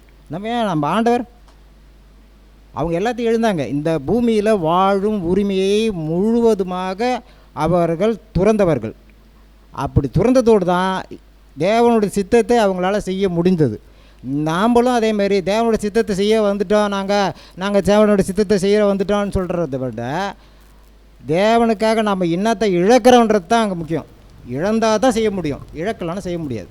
அதுதான். Thank you brother. சரி, சொல்ல மிஸ்டர். சரி, சகோதரர்கள் சைடில் இன்னும் வாலிப பசங்களாம், யூத் பசங்கள்லாம் இன்னும் கை தூக்க மாட்டேறீங்க. அண்ணா, இதில் ஒரே ஒரு பாயிண்ட் மட்டும் நான் ஷேர் பண்ணிக்கிறேன். என்னென்னா, இங்கே ஃபஸ்ட்டு பவுல் சொல்கிறது மற்றவங்கள சொல்லலை, தன்னை தான் முதலாவது சொல்கிறாரு. முதலாவது ஒவ்வொரு புது சிருஷ்டியும் இதை தான் நம்ம ஞாபகப்படுத்திக்கணும். இந்த லெசன் நமக்கு நான் முதலாவது ஒடுக்கி கீழ்ப்படுத்தணும் சரீரத்தை அப்படின்னு சொல்லிட்டு. அதே போல் இதை பண்ணுறதுக்கு ரொம்ப பெரிய ஆற்றல் நமக்கு தேவைப்படுது. ஏன்னா சத்தியம் புரிஞ்சிருந்தால் தான், அதில் நிலைப்புத்தன்மை ஒருத்தவங்களுக்கு இருக்குன்னா தான் இதை பண்ண முடியும். அதே போல் போராடுறதுக்கு நிறைய விஷயம் நமக்குள்ளே இருக்குது. அந்த பாவம், நம்மளுடைய சுயநலம், இதுக்கு விரோதமாக என்ன பண்ணணும் அப்படின்னா நம்ம போராடணும், சண்டை போடணும் அப்படின்னு பார்க்குறோம். அதோடைய பாசாங்கு அது என்ன பண்ணோம், நீதியை செய்கிற மாதிரி நம்மளுடைய சுயநலத்தை நிலைநாட்டும். அது மாதிரி அதோடைய பாசாங்கை ஃபஸ்ட்டு முதலாவது புரிஞ்சுக்கணும். இது நம்மளுடைய சுயநலத்தினால நம்ம வெளிப்படுத்துகிறோமா, இல்லை சத்தியத்தின் நிமித்தம் நீதி நிமித்தம் நம்ம வெளிப்படுத்துகிறோமா அப்படின்றது, தன்னுடைய மாம்சத்துக்கு போராடுதா இல்லை சத்தியம் போராடுறப்ப சத்தியத்துக்காக போராடுறோமா அப்படின்றதையும் யோசித்து இதுக்கு விரோதமாக சண்டை போடணுமே தவிர சகோதரருக்கு விரோதமாகவோ மற்றவங்களுக்கு விரோதமாகவும் நம்ம சண்டை போடுறதுக்கு நம்ம அழைக்கப்படலை. அப்போ கிறிஸ்துவோடைய போர் வீரனாக ஒருத்தவங்க இருக்கிறாங்க அப்படின்னும் போது தனக்குள்ளே என்ன பலகீனங்கள் இருக்கோ, தனக்குள்ளே என்ன இந்த மாம்சத்தில் வெளிப்பாடுகள் இருக்கோ அதை கட்டுப்படுத்த தான் முதலாவது நம்ம என்ன பண்ணணும் அப்படின்னு பார்க்கும்போது போராடுறவங்களாக இருக்கணும் அப்படின்னு பார்க்குறோம். அதே போல் லாஸ்ட்டில் ஒன்று சொல்கிறாங்க, ஆண்டவருக்காகவும் சகோதரருக்காகவும் சத்தியத்திற்காகவும் தவறுகளை எதிர்க்கவும். இது எல்லாமே நம்ம பண்ணணும். ஆண்டவருக்காக, சகோதரருக்காக, சத்தியத்துக்காக தவறுகளை எதிர்க்கணும். அதுவும் அன்பின் நிமித்தமாக நம்ம எதிர்க்கணும்னு பார்க்குறோம்.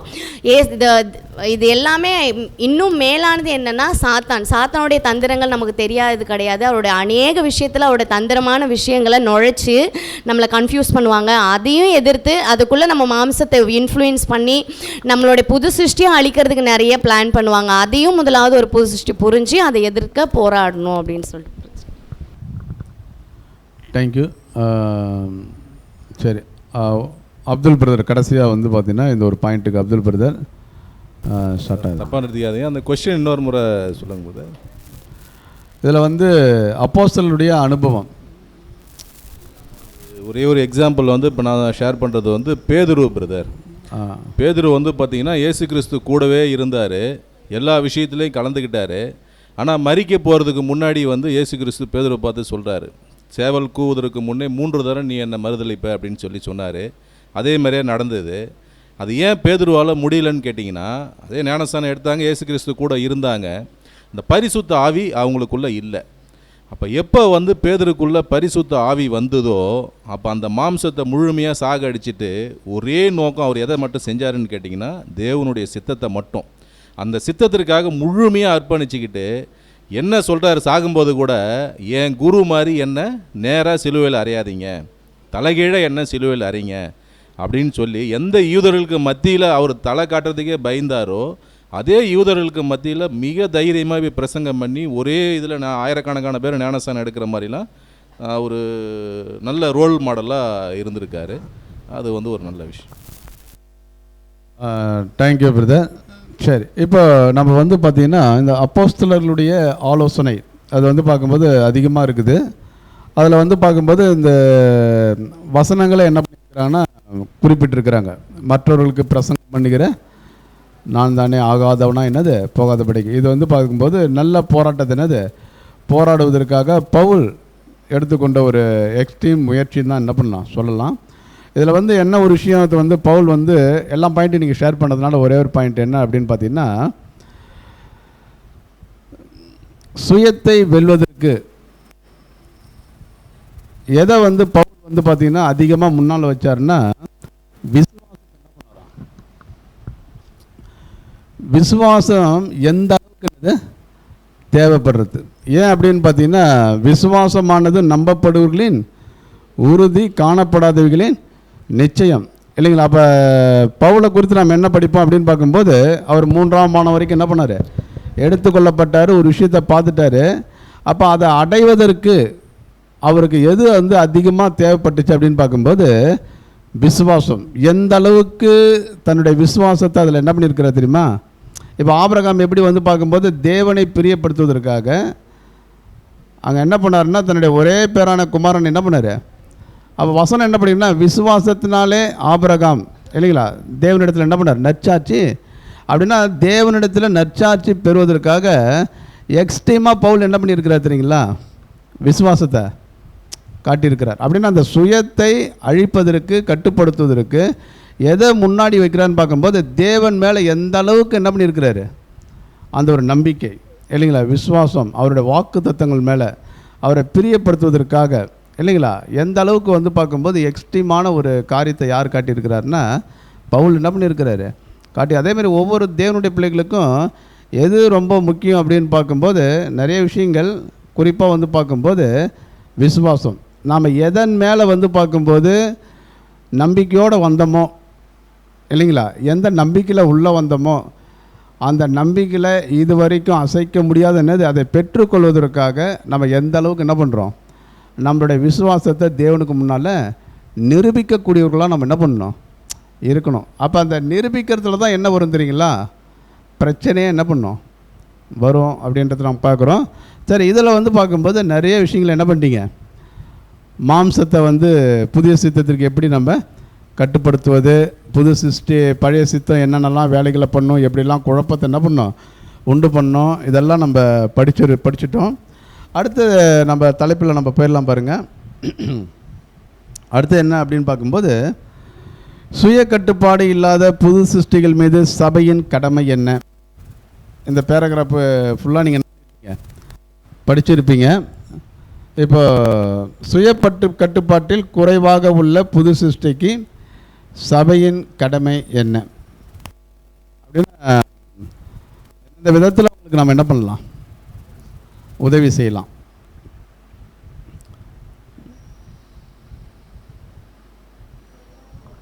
சுவாதிஷ்டன்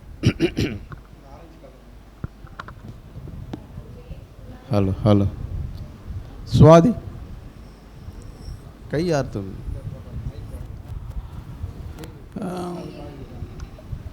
இதில் வந்து பார்க்கும்போது பாயிண்ட் என்ன பண்ணுங்க, அப்படியே எல்லோரும் ஒருத்தவங்களே எல்லாத்தையும் ஷேர் பண்ணாதீங்க. டைம் இல்லாததுனால நான் என்ன பண்ணுறேன், காமனாக கேட்குறேன். அதனால் ஒரு சிலர் வந்து பார்க்கும்போது ஒரு 2-3 பாயிண்ட் பேசிட்டு என்ன பண்ணுங்கள், மற்றவங்களுக்கு வாய்ப்பு கொடுத்தீங்கன்னா நல்லாயிருக்கும். தேவனு நாம மகிமைப்படுவதாக. இங்கே என்ன கேட்டிருக்காங்க அப்படின்னு பார்க்கும்போது, சுய கட்டுப்பாடு இல்லாத புது சிருஷ்டிகள்லாம். சுய கட்டுப்பாடு இல்லைன்னா அவங்க எப்படின்னா ஃபஸ்ட்டு ஸ்டார்டிங் ஒரு வாயால் நானும் அர்ப்பணித்தேன் அப்படின்ற மாதிரி இருக்கிறவங்க தான் சொல்கிறாங்க. ஒரு சில வகுப்பார் அந்த மாதிரி இருக்கிறாங்களாம். நானும் வந்து அர்ப்பணிச்சிட்டேன் அப்படின்ற மாதிரி சொல்லிவிட்டு மாம்சத்தினுடைய வேலைகளுக்கு அவங்க வந்து தன்னை வந்து கீழ்ப்படுத்திடுறாங்க. ஒரு சில பலகீனத்தாலையும் சரி, ஒரு சில ஒரு சுச்சுவேஷன்ஸ் இந்த மாதிரி விஷயத்தில் அவங்க என்ன ஆடுறாங்கன்னு பார்க்கும்போது மாம்சத்துக்கு அவங்க கீழ்ப்படிஞ்சு அவங்க பலவிதமான சோதனைக்குள்ளே போயிடுறாங்க. ஒரு ஆவிக்குரிய நோயில் வந்து அவங்க என்ன பண்ணுறாங்கன்னா குறைவுக்குள்ளே போயிடுறாங்க. அப்படி இருக்கும் போது அவங்களுக்கு மட்டுமே அந்த பிரச்சனை இருக்குமான்னு பார்த்தீங்கன்னா அப்படி இருக்காது. அவங்களுடைய சுற்றி இருக்கிற புது சிருஷ்டி விசுவாச குடும்பத்தாராக இருக்காங்க இல்லைங்களா, அவங்களுக்குமே வந்து அது ஒரு ப்ராப்ளமாக சோதனையாக வந்து அமைஞ்சிருது அப்படின்ட்டு சொல்கிறாங்க. இப்போ இந்த சோதனையை மேற்கொள்ளணும் அப்படின்ட்டு பார்க்கும்போது என்ன சுச்சுவேஷன்னா, அந்த புது சிருஷ்டி சபையினுடைய கடமை என்ன அப்படின்ட்டு பார்க்கும்போது அவங்களுக்காக ப்ரே பண்ணிக்கிறது. அவங்களுக்காக என்ன பண்ணுறாங்கன்னு பார்த்தீங்கன்னா மனசார அவங்களுக்கு ஃபர்ஸ்ட் ஆஃப் ஆல் இன்ட்ரெஸ்ட் வரணும். தேவனுக்காக நம்ம முழுமையாக கீழ்ப்படிணும் அப்படின்ட்டு அவங்களே தன்னை ஃபஸ்ட்டு இன்ட்ரெஸ்ட்டோடு வந்து வாலண்டியாக வந்து அர்ப்பணிக்கணும். தேவனே இதுக்கப்புறமாவது நான் ஃபஸ்ட்டு தவறு பண்ணியிருந்திருப்பேன், இதுக்கப்புறமாவது உனக்காக நாங்கள் அர்ப்பணிக்கணும் அப்படின்ட்டு ஒரு இன்ட்ரெஸ்ட்டோடு வந்து அவங்க வந்து தானாகவே முன் வந்து அவங்களுடைய சரீரம் அவங்களோட மாம்சம் எல்லாத்தையுமே வந்து அர்ப்பணிக்கக்கூடியவங்களாக இருக்கணும். அதுக்கப்புறமேட்டா வந்து அது அவங்கள சுற்றி இருக்கிற சபை குடும்பத்தாங்களாம் பண்ணினா அவங்களுக்காக ப்ரே பண்ணிக்கலாம் அப்படின்றது எனக்கு புரிஞ்சுது. அதுக்கப்புறமேட்டா என்னன்னு பார்த்தீங்கன்னா நம்ம சப்போஸ் நம்ம அந்த தப்பு பண்ணிட்டாங்க அப்படின்ட்டு அவங்க அனலைஸ் பண்ணுறாங்க இல்லையா, அந்த டைமில் என்ன பண்ணணும்னா தேவனுடைய கிருபாசனத்தில் போயிட்டு நான் தவறு பண்ணிட்டேன் எனக்கு மன்னிப்பு தாங்க. ஒவ்வொரு டைமும் நம்ம கேட்டுறக்கூடாது. மனசார அதை விரும்பி நம்ம என்ன பண்ணணும்னா அந்த மன்னிப்பை நம்ம பெறக்கூடியவங்களாக இருக்கலாம் அப்படின்றது எனக்கு புரிஞ்சுது. Thank you sister. வேறு தனம் சிஸ்டர், இது வரைக்கும் பாயிண்ட்டு ஷேர் பண்ணாதவங்களும் நீங்கள் என்ன பண்ணலாம், பாயிண்ட் ஷேர் பண்ணலாம்.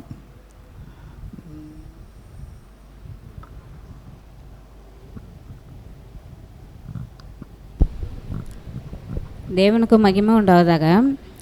இங்கே என்னென்னா, இப்போ ஒருத்தவங்க வந்து அர்ப்பணிக்கிறாங்க, தேவனையும் கிறிஸ்துவையும் விசுவாசித்து அர்ப்பணிக்கிறாங்க. அர்ப்பணிச்சுட்டு இவங்க வந்து விசுவாசத்தில் வந்து நீதிமானாக ஆக்கப்பட்டு இருப்பாங்க. இவங்களோட அர்ப்பணிப்பில் வந்து நேர்மையாகவும் இருப்பாங்க.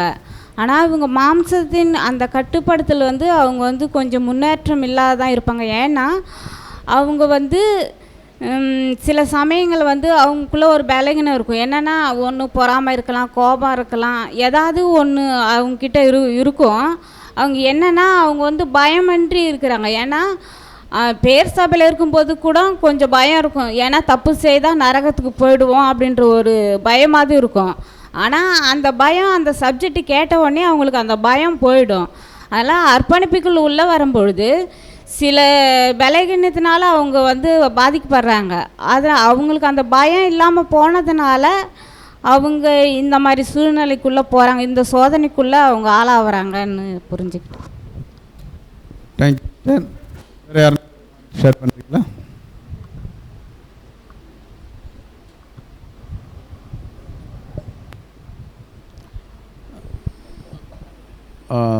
சகோதரி சலோமி,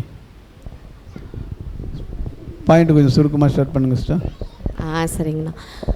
அண்ணா இதில் வந்து ஃபஸ்ட்டு பேராகிராஃப்லே அக்கா சொல்லிட்டாங்க. யார் அப்படின்னு பார்க்கும்போது அவங்க விசுவாசத்தினால என்ன பண்ணியிருக்காங்கன்னா அர்ப்பணிச்சிருக்கிறாங்க, நீதிமானம் ஆயிருக்கிறாங்க, அர்ப்பணிப்பதில் நேர்மையாகவும் இருந்திருக்காங்க. ஆனால் ஒரு சில பலகீனங்கள் அவங்களுக்குள்ள மாம்ச பலகீனங்கள் இருக்குது. அதை சரியாக என்ன பண்ணலை அப்படின்னா அவங்களுக்குள்ளே இருந்து போகலை. அந்த மாம்சனுடைய அந்த சோதனைகளை சில டைமில் உள்ளாயிடுறாங்க. அப்படிப்பட்டவங்களுக்கு என்ன தீர்வு அப்படின்னு பார்க்கும்போது அவங்க முழு முயற்சியாக என்ன பண்ணணும், மனப்பூர்வமாக அதுலேருந்து வெளியில் வர முயற்சி எடுக்கணும், தேவன்கிட்ட ப்ரேயர் பண்ணணும் அப்படின்னு சொல்லிட்டு நம்ம பார்க்குறோம். அதுக்கப்புறம் என்ன அப்படின்னு பார்க்கும்போது நான் புரிஞ்சுக்கிறது மாதிரி சொல்கிறேன்னா, அதே போல் இப்படி யார் ஒருத்தவங்க அந்த முழுமையாக அந்த மாம்சத்தை ஜெயம் கொள்றதுக்கு முயற்சி எடுக்கிறாங்களோ அவங்கள தான் தேவன் வந்து ஒரு ஜெயம் கொண்ட வகுப்பாராக கன்சிடர் பண்ணுறாரு அப்படின்னு சொல்லிட்டு கொடுத்துருக்காங்க. அதே போல் இவங்க என்ன பண்ணணும்னா தானாக முன் வந்து தன்னுடைய வார்த்தைகளிலும் நடத்தைகளிலும் எண்ணங்களிலும் என்ன பண்ணணும் அப்படின்னு பார்க்க சில கட்டுப்பாடுகளை வைக்கணும். இந்த இடத்துல நான் பேசணும், இந்த இடத்துல நான் பேசக்கூடாது, இந்த வார்த்தைகளை தான் நான் நான் பேசணும், இதை தான் நான் சிந்திக்கணும், மற்றவங்கள பற்றி தீமையாக சிந்திக்கக்கூடாது, நான் கற்பனை பண்ணிக்கக்கூடாது. இது மாதிரிலாம் என்ன பண்ணணும்னா தன்னுடைய எல்லாத்துக்குமே யோசிக்கிறதுலேருந்து நடக்கிறதுலேருந்து எல்லாத்துக்குமே ஒரு சில வரம்புகளும் கட்டுப்பாடுகளும் இவங்க போட்டுக்கணும். அப்போ தான் அவங்களோட மாம்சம் வெளிப்படாது அப்படின்னு சொல்லிட்டு எங்கள் பிரதர் சொல்கிறாங்க. இது மாதிரி யோசிச்சுட்டு இவங்க என்ன சொன்னால் ப்ரேயர் பண்ணோம், தேவனே உங்களுடைய கிருபையை தாங்க, இதை நம்ம மேற்கொள்கிறதுக்கு அப்படின் போது தேவன் கண்டிப்பாக உங்களுக்கு அந்த பலகீனத்தை மேற்கொள்ள கிருபை கொடுப்பாங்க. அதே போல் இவங்களால ஒரு சில பேர் காயமடைஞ்சிருப்பாங்க இல்லையா, இந்த மாம்ச பலகீனம் வெளிப்பட்டதுனால இவங்களும் காயப்பட்டிருப்பாங்க, இல்லை மற்றவங்களும் காயப்பட்டிருப்பாங்க. இப்போ அவங்க என்ன பண்ணணும் அப்படின்னு பார்க்கும்போது இதை அவங்களுக்கு பரிகாரத்தையும் செய்வதோடு அப்படின்னு சொல்லியிருக்காங்க. அவங்களுக்கு உண்டான அந்த பரிகாரத்தையும் அவங்க அது என்ன நம்ம பண்ணால் அதை சால்வ் பண்ணலாம் அப்படின்ற விஷயத்தையும் அவங்க செய்யணும். அதே போல் தேவன்கிட்ட நம்ம பண்ண தப்பை தன்னுடைய மாம்சத்தினால இவ்வளோ பெரிய பிரச்சனைகள் வந்துருச்சு தேவனே அப்படின்னு சொல்லிட்டு அறிக்கை செய்து நம்ம ப்ரேயர் பண்ணி தேவன்கிட்ட கண்டிப்பாக அதுக்கான மன்னிப்பையும் பெற்றுக்கொள்ளுகிறவர்களாக இருக்கணும் அப்படின்னு சொல்லிட்டு பார்க்குறோம். அதே போல் இதில் தொடர்ந்து தோல்வி அடைகிறதுக்கு தேவன் நமக்கு விரும்பலை. ஒரு தடவை நம்ம மாம்சத்தில் விழுந்துட்டோமா அடுத்த டைம் மன்னிப்பை பெற்றுக்கொண்டு அதை இன்னும் மேற்கொள்ள தான் முயற்சி செய்யணுமே தவிர அதுலேருந்து விழுந்துடக்கூடாது அப்படின்னு சொல்லிட்டு நான் புரிஞ்சுக்கிட்டேன்னா. கடைசி பேராகிராஃப் யாரும் ஷேர் பண்ணலாம், ஷேர். Thank you sister. சரி, வேறு யாராவது பாயிண்ட்டு? ரம்யா சிஸ்டர் மைக்கை கொடுங்கப்பா. Ramya sister.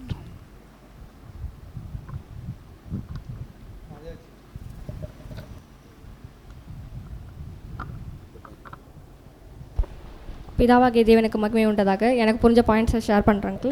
Most of sisters வந்து எல்லாமே ஷேர் பண்ணிட்டாங்க. அந்த லாஸ்ட் பேராகிராஃபில் என்ன சொல்லியிருக்காங்கன்னா, இன்கேஸ் வந்து அந்த பிரதரோ சிஸ்டரோ வந்து தன்னுடைய நம்ம பலவீனமாக இருந்துட்டோம், இதுக்கப்புறம் நம்ம தேவனுக்காக வாழணும் அப்படின்னு சொல்லிட்டு அவங்க மனப்பூர்வமாக வந்துடுறாங்க அப்படின்னா, அது வரைக்கும் அவங்க பலவீனத்தில் இருக்கும்போது சரி நம்ம அவங்கள வந்து ஓரமாக வச்சுட்டோ இல்லை அவங்க வந்து மாம்சத்தை வடி இருக்காங்க அவங்க கூட நம்ம சேரக்கூடாதுன்ற மைண்ட் தாட்டில் நம்ம பழகிடக்கூடாது. ஆனால் அதுக்கு ஒரு லிமிட் இருக்கணும். ரொம்ப வந்து நம்ம ஆவிக்குரிய விஷயங்களில் ஒரு சகோதர சகோதரி எப்படி பழகிறோமோ அந்த லிமிட்டில் அந்த இதில் பழகக்கூடாது. ஆனால் நம்ம சகோதர சகோதரில் அவங்க என்ன பட்டு அவங்க கூட பேசுகிற விஷயங்கள் எல்லாமே அப்படியே இருக்கணும் அப்படின்றது புரியுது. அதுக்கப்புறம் அவங்க இன்கேஸ் தேவனுக்காக அவங்க பிரியமாக முழுசாக, ஏன்னா தேவன் இரக்கமுள்ளவர்கள் நம்ம பார்க்குறோம். அவர் கண்டிப்பாக நம்ம மனம் திரும்பி அவங்க வருந்தி அவர் பிள்ளை அவங்கக்கிட்ட போச்சு அப்படின்னா கண்டிப்பாக அதை ஏற்றுப்பார் அப்படின்னு பார்க்குறோம். அந்த விஷயங்களெல்லாம் அவங்கக்கிட்ட சொல்லி அவங்களுக்கு ஊக்குவிக்கணும் அப்படின்னு அது வந்து ஒரு சபையில் ஒரு சகோதரர்கள் கடமையாக இருக்குது பார்க்குறோம். கடைசியாக வந்து பார்க்கும்போது இப்போ நம்ம அவங்க தேவனுக்காக நீதியாக அவங்களோட விசுவாசத்தில் வந்து அவங்க வந்து மாறிட்டாங்க, அவங்க தேவனுக்காக உண்மையாகவே வந்து ஃபுல்லாக அர்ப்பணிச்சிட்டாங்க, அவங்களோட தவறுகளாக உணர்ந்துட்டாங்க அப்படின்றத அவங்க வெளிப்படையாக காமிக்காத வரைக்கும் அவங்க உண்மையான ஜெயம் கொண்டவர்களாக நம்ம பார்க்க முடியாது அப்படின்ற விஷயத்தை பார்க்குறோம். அவ்வளோதான். Thank you sister. இப்போ இந்த சுய கட்டுப்பாடு இல்லாத புது சிருஷ்டிகள் மீது சபையின் கடமை என்ன? அப்போ எந்தெந்த விதத்தில் வந்து பார்க்கும்போது அவங்களுக்கு எப்படிப்பட்ட ஒரு ஆலோசனையை நம்ம என்ன பண்ணலாம், முன் வைக்கலாம் அப்படின்ற ஒரு விஷயத்தை நம்ம பார்க்குறோம். ஏன் அப்படின்னு பார்த்தீங்கன்னா, மாம்சத்தை அடக்குவதில் எந்த முன்னேற்றமும் அவங்ககிட்ட என்னது இல்லை. அதனால் வந்து பார்க்கும்போது பல ப்ராப்ளம் அவங்களுக்குள்ள என்னது காணப்படும். அவங்க எப்படிப்பட்டவங்க அப்படின்னு பார்க்கும்போது அர்ப்பணித்தவங்க. அவங்க எப்படி அர்ப்பணித்தாங்க அப்படின்றத கூட சகோதரர் சொல்லும்போது பார்க்கும்போது ரொம்ப நேர்மையாக தான் என்ன பண்ணியிருக்கிறாங்க, உண்மையாக தான் அர்ப்பணிச்சிருக்கிறாங்க. ஆனாலும் எதில் வந்து இன்னும் ஒரு முன்னேற்றம் இல்லைன்னு பார்க்கும்போது மாம்சத்தில் என்னது முன்னேற்றம் இல்லை. அப்போ அப்படிப்பட்டவங்கள வந்து எப்படி வந்து பார்க்கும்போது கவுன்சிலிங் ஆலோசனை அவங்கள எப்படி நல்வழி என்னது சொல்லி கொண்டுன்னு வர்ற ஒரு விஷயங்களை குறித்து அங்கே கொடுத்து என்னென்னா அவங்களுக்கு எப்படிப்பட்ட விஷயத்தை நம்ம சொல்லணும். அப்போ ஜெயம் பெற்றவர்களாக தேவன் யாரை என்ன பண்ணுறாரு பார்க்குறாரு அப்படின்னா நம்ம எப்படி இருக்கணும், நமக்குள்ளே எப்படிப்பட்ட கட்டுப்பாடுகள் என்னது இருக்கணும், தேவனுடைய இரக்கம் எப்படிப்பட்டது அப்படின்னா தேவன்கிட்ட வந்து நம்ம வந்து கிருபாசன தண்டையில் என்னது நெருங்கணும் அப்படின்னா அதற்கு தேவன் வந்து அருமையாக வைத்திருக்கக்கூடிய அந்த ஜெபம் அதனுடைய காரியங்கள் இதெல்லாம் குறித்து என்ன பண்ணணும் அப்படின்னு பார்க்கும்போது அவங்களோட என்ன பண்ணணும், பேசணும். ஆனால் பேசுகிறவங்க எப்படி பேசிடக்கூடாது அப்படின்னு பார்க்கும்போது கடுமையாக என்ன பண்ணக்கூடாது, பேசிடக்கூடாது. அவங்களுக்கு வந்து நல் ஆலோசனைகளை சத்தியத்தின்படி என்ன பண்ணணும் பார்க்கும்போது தெளிவாக கற்பிக்க வேண்டும். எப்படி கற்பிக்கணுமா, ரொம்ப அதில் நீங்கள் படித்து பார்த்தீங்கன்னா அவர்களுக்கு தெளிவாக என்னது கற்பிக்கப்பட வேண்டும். அவங்க தேவனோடு கிட்டி சேர்வதற்கு என்னென்ன விஷயங்களை அவங்களுக்கு வந்து நம்ம சொல்லணுமோ சத்தியத்தின் அடிப்படையில் அதை வந்து தெளிவாக என்னது சொல்லணும் அப்படின்றத தான் இந்த ஒரு பேராகிராஃபில் சகோதரர்கள் நமக்கு இருக்கிறாங்க. அடுத்தது 12வது டாப்பிக்குள்ளே நம்ம போகலாம். ரொம்ப முக்கியமான என்னது டாபிக், எல்லாருமே என்ன பண்ணுங்கள் ஷேர் பண்ணுங்கள். சரி, ஒரு மூப்பருக்கு சுய கட்டுப்பாடு ஏன் முக்கிய தகுதியாக இருக்க வேண்டும் அப்படின்றதுல ஃபஸ்ட்டு மூப்பருக்கான தகுதி வசனம் கொடுத்துருக்குறாங்க இல்லையா, அதில் என்னென்ன தகுதிகள் சொல்லப்பட்டிருக்குது அதை யாராவது சொல்ல முடியுமா? பார்க்காம. சரி, கஸ்தூரி சிஸ்டர்.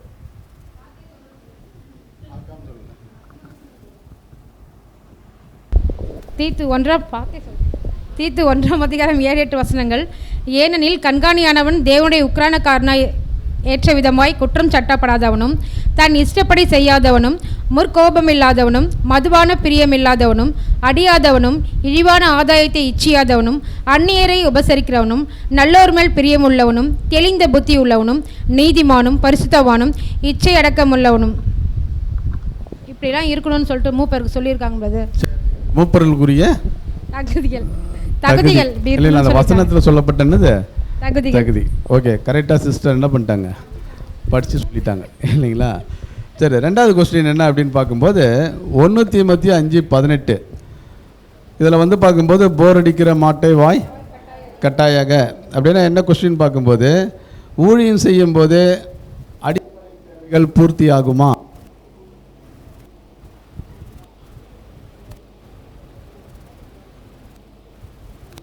இல்லையா? சரி, இல்லைன்னா அந்த வசனத்துக்கு விளக்கம் என்னன்றதை சொல்லுங்கள்.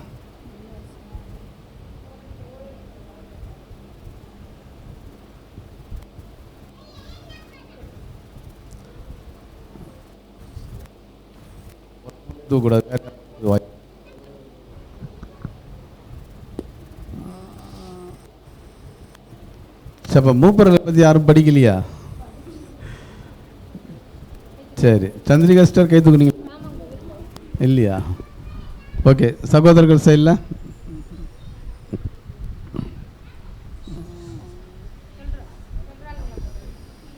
யார்?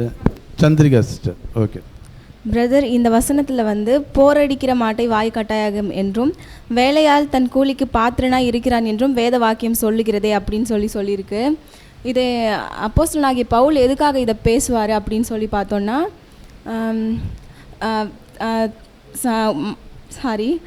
சுவிசேஷன் சொல்கிறோம்ல, அப்போ வந்து சுவிசேஷன் சொல்லும்போது அந்த மூப்பர்கள் என்னும்போது அப்போஸ்தலனாகிய பவுல் காலத்தில் அப்போ இருக்கும்போது அந்த சுவிசேஷன் சொல்லும்போது அதை கேட்குறவங்க அவங்களுக்கு வந்து தேவையான சில அவங்களோட டெய்லி நீட்ஸ் இருக்கும்ல, அதை பூர்த்தி செய்கிறதுக்கு அந்த கேட்குறவங்க கிட்ட சில சலுகைகளை பெற்றுக்கொள்ளலாம் அப்படின்னு சொல்லி தான், அதுக்காக தான் பவுல் இதை பேசுகிறாரு.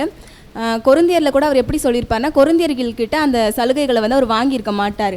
ஏன்னா கொரிந்தியரில் வந்து அப்போஸ்தலனாகிய பவுலுக்கு வந்து அங்கே வந்து அவரை பற்றியே கொஞ்சம் தப்பான இதெல்லாம் போகும். ஸோ அப்போஸ்தலனாகிய பவுல் வந்து அதை வாங்கினா அந்த கொரிந்தியர்கள் வந்து அவரோட சத்தியத்தை கேட்குறதுல ஏதாச்சும் தடை வந்துடும் சொல்லி அந்த விஷயத்தை அவர்கள்கிட்ட வாங்கியிருக்க மாட்டாங்க. அங்கே கூட இந்த விஷயத்த சொல்லுவார், என்னென்னா சுவிசேஷத்தை பிரசங்கிக்கிறவர்களுக்கு சுவிசேஷத்தினால பிழைப்புண்டுன்னு நீங்கள் வந்து படிக்கிறது இல்லையா அப்படின்னு சொல்லிட்டு பழைய ஏற்பாட்டிலேருந்தும் சில விஷயங்களை சொல்லுவார்.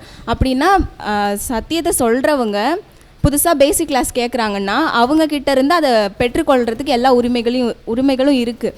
அதை வந்து அவங்க பூர்த்தி செய்கிறதுக்கு எல்லா இதுவும் இருக்குது அப்படின்னு சொல்லிட்டு அவர் பேசுகிறாரு பவுல். அதுதான் சொல்கிறாங்க, போரடிக்கிற மாட்டை வந்து வாய் கட்டாயகன்னா அவங்க வந்து அந்த வேலை செய்யும்போது அதனால் அவங்க அந்த மக்கள்கிட்ட இருந்து அதை பெற்றுக்கொள்ளலாம் அப்படின்ற மாதிரி பேசுகிறாங்க பிரதர். Thank you sister. இப்போ போர் அடிக்கிற மாட்டை வாய், அதேமாதிரி வேலையால் கூலிக்கு என்னது பார்த்துருவான். அப்போ இந்த இடத்துல வந்து பார்க்கும்போது அதை எப்படி தவறாக என்ன பண்ணாங்க புரிஞ்சுக்கின்னு இன்றைக்கி வந்து கர்த்தருடைய ஊழியத்தை வந்து எப்படி என்ன பண்ணுறாங்க, அதை வந்து ஒரு பிஸ்னஸ் இல்லைங்களா, சம்பளத்துக்கு ஊழியம் செய்கிற மாதிரி பண்ணுறாங்க. ஆக்சுவலாக வந்து பார்க்கும்போது கர்த்தருக்குன்னு ஊழியம் செய்கிறவங்களுக்கு தேவன் அவர் என்ன பண்ணுவார்னா அதுக்குரிய கூலியை கட்டாயம் என்ன பண்ணுவார், கொடுப்பார். அன்றைக்கி வந்து பார்க்கும்போது சகோதரி சொன்ன மாதிரி அப்போஸ்தலர்களுக்கு என்ன பண்ணார், அந்த ஒரு காரியத்தை என்ன பண்ணார், தேவைகளை சந்தித்தார். ஆனாலும் வந்து பார்க்கும்போது அப்போஸ்தலனாகிய பவுல் வந்து பார்க்கும்போது அந்த விஷயத்தை என்ன பண்ணல அவர். ஆனால் எல்லாருக்கும் என்ன பண்ணுறாருன்னா அவர் சொல்கிறார், இந்த கைகளினாலே நான் என்ன பண்ணேன், வேலை செஞ்சேன் அப்படின்ற ஒரு விஷயத்தை அங்கே என்ன பண்ணுறேன். ஏன் அப்படின்னு பார்க்கும்போது மற்றவர்களுக்கு அவர் என்ன பண்ணுறாருன்னா அந்த ஒரு மாதிரியை என்ன பண்ணுறாரு காட்டக்கூடிய விஷயம். ஏன்னா வாங்குவதை பார்க்கிலும் கொடுக்கறதே மேல் அப்படின்ற ஒரு விஷயத்தை அங்கே என்ன பண்ணுறாருன்னா, அப்படின்னா இதை வந்து சுவிசேஷம் ஊழியம் வந்து பார்க்கும்போது பிழைப்புக்காக என்னது, இப்போ இந்த காலத்துக்கு இது பொருந்துமா அப்படின்னா, இன்றைக்கி பேர் சபையில் இதெல்லாம் பண்ணின்னு இருக்கிறாங்க. சத்தியத்தை அறிந்த தேவனுடைய பிள்ளைகள் மத்தியில் வந்து பார்க்கும்போது இந்த ஒரு விஷயம் என்ன பண்ணது, பிழைப்புக்காக இந்த ஒரு ஊழியத்தை என்ன பண்ணக்கூடாது, செய்யக்கூடாது. இதுக்கு வந்து பார்க்கும்போது ரசல் பிரதர் சில ரைட்டிங்ஸில் என்ன பண்ணியிருக்கிறாருன்னா, சில காரியங்கள் என்ன பண்ணியிருக்கிறாரு, கொடுத்துருக்கிறாரு. நெக்ஸ்ட் கொஸ்டின் என்ன அப்படின்னு பார்க்கும்போது, மூப்பர்கள் சபைக்கு எப்படி மாதிரியாக இருக்க வேண்டும்? மூப்பர்கள் சபைக்கு எப்படி மாதிரியாக இருக்க வேண்டும்?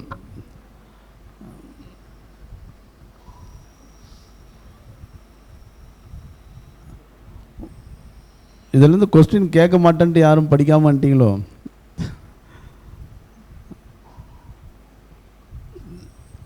சுரேகா சிஸ்டர்.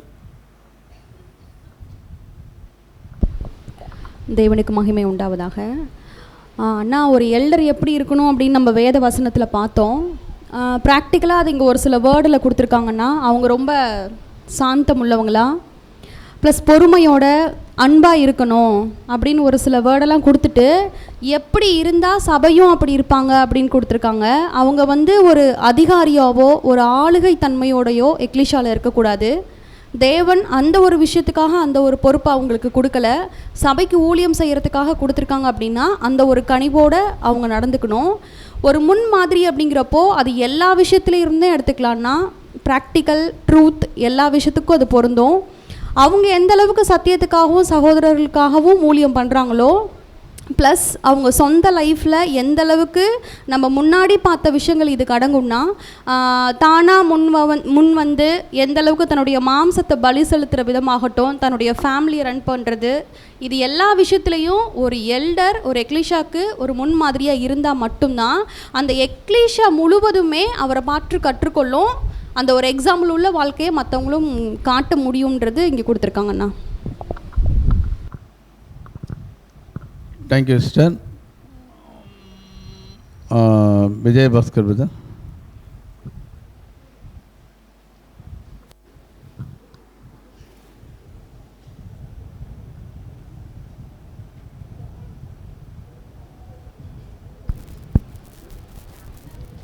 ஒரு எல்டர் சபையில் எப்படி இருக்கணுன்றது தான் கொஷின் பிரதர். அதானே பிரதர்? மாதிரி.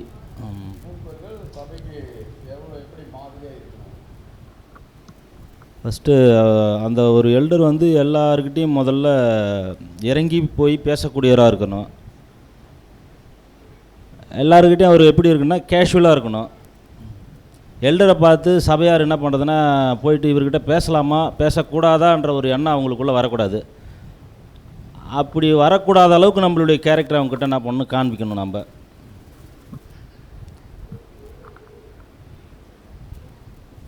சரி, தேங்க்யூ பிரதர். சரி, வேறு யாரோ கை தூக்குனாங்க இங்கே. தமிழ். ஒரு எல்டர் இங்கே எப்படி இருக்கணும்னு இங்கே போட்டிருக்காங்கன்னா, தீமோத்தேயு மாதிரி வந்து இருக்கணும்னு வந்து சொல்லியிருக்காங்க. தீமோத்தேயு வந்து எப்படி இருந்திருக்காங்கன்னா, பெரியவங்க கிட்டேயும், அதாவது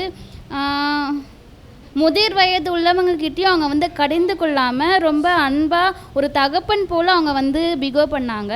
அதே போல் வந்து புருஷர், அதாவது சகோதர சகோதரிகள்கிட்ட அவங்க எப்படி பழகினாங்கன்னா, ஈவனாக, அதாவது சகோதர சகோதரிகள்கிட்ட வந்து அவங்களுக்கு ஈக்குவலாக வந்து புத்தி சொன்னாங்க. ஸோ அந்த மாதிரி வந்து இருந்தாங்க. ஸோ அதே மாதிரி தான் எல்டர்ஸும் வந்து எப்படி இருக்கணும்னா, ஈவனாக வந்து பழகணும் அப்படின்னு.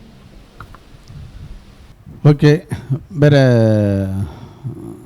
கன்சர்ன் பிரதர் சொல்லுங்கள் பிரதர்.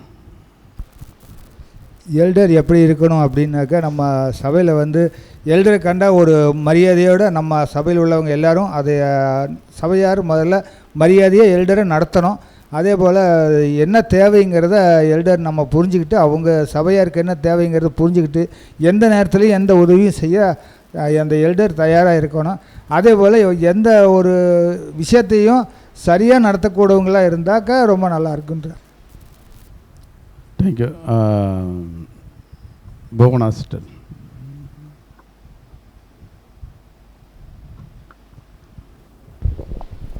எல்டர் வந்து ஒரு சபைக்கு வந்து முன்மாதிரியாக இருக்காங்க. அதுக்காக நான் வந்து அவங்க தான் ரோல் மாடல் அப்படி சொல்ல முடியாது. இப்போ நம்ம வாழ்ந்துட்டு நம்ம கண்ணுக்கு எதிராக வந்து கிறிஸ்து மூலயமா அவங்க வந்து நேக்கப்பட்டதால சபையை அவங்க வழிநடத்தக்கூடிய இருக்காங்க. ஸோ அப்படி இருக்கும்போது அவங்க எப்படி இருக்கணும் அப்படின்னு சொல்லியிருக்காங்கன்னா, அவங்க வந்து தன்னுடைய வார்த்தையிலும் நடத்திலையும் சரியாக இருக்கணும் விஷயம் சொல்லியிருக்காங்க. ஏன் அப்படின்னு பார்க்கும்போது அவங்க ஒரு விஷயத்தை வந்து சர்வாதிகாரமாக பண்ணாங்கன்னா சபையும் அதே மாதிரி தான் வந்து நடந்துப்பாங்க. ஏன்னா அவங்கள பார்த்து அவங்க என்ன பண்ணுறாங்கன்னா கற்றுக்கொள்கிறாங்க.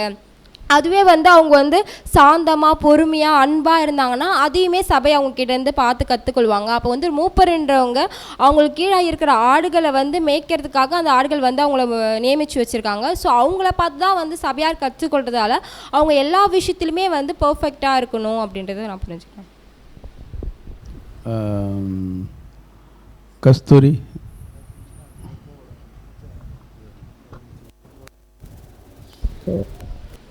எல்லாத்தையும் சகோதரியும் ஷேர் பண்ணிட்டாங்க எல்லாருமே. நானும் அதை புரிஞ்சுக்கிட்டு தான். என்னென்னா அதேமாதிரி மூப்பர்னாக்கா ஒரு உதாரணமாக இருக்கணும். ஒரு மந்தையை வந்து எனக்கு படிக்கும்போது தான் புரிஞ்சுக்கிட்டேன். நம்ம எவ்வளோக்கு எவ்வளோ சபையில் வந்து நம்ம அதிகாரம் செலுத்துகிறவங்களா நம்ம இருக்கக்கூடாது. சர்வாதிகாரம் அது வந்து யாரும் இந்த போப் மார்க் பண்ணுறாங்க பார்த்தீங்களா, அது மாதிரி காரியம்லாம் நம்மகிட்ட இருக்கக்கூடாது. இப்போ எப்படி மோசையை வந்து இஸ்ரேல் ஜனங்களை வழி நடத்துறதுக்கு தேவன் தான் நடத்துகிறாங்க, ஆனால் ஒரு ஆள் தேவை. அதுக்கு தேவன் வந்து ஒரு மூப்பராக தான் இது நான் எனக்கு எடுத்துக்கிட்டால் புரிஞ்சுக்கினேன். அது அப்படின்னு நடத்தும்போது தேவன் என்ன வார்த்தை, தேவன் அவங்களும் ஒரு அவங்களுக்கும் எல்லாமே இருக்குது, எல்லா சகோதரமாக தான் அவங்களும். ஆனால் வந்து சர்வாதிகாரம் பண்ணக்கூடாது. அவங்க என்ன செய்யணும், நீடிய சாந்தம் உள்ளவளாக இருக்கணும், அன்பாக இருக்கணும். இது மாதிரி காரியங்களாம் சகோதரிகள்லாம் ஷேர் பண்ணிட்டாங்க. முக்கியமாக என்னென்னாக்கா அவங்க போதிக்கிறதுலையும் கற்பிக்கிறதுலையும் என்ன சபையை வந்து தேவனுக்குள்ளே அதிகமாக நடத்துறதுக்கு வந்து அவங்க அதிகமாக உழைக்கக்கூடியவர்களாக இருக்கணும்.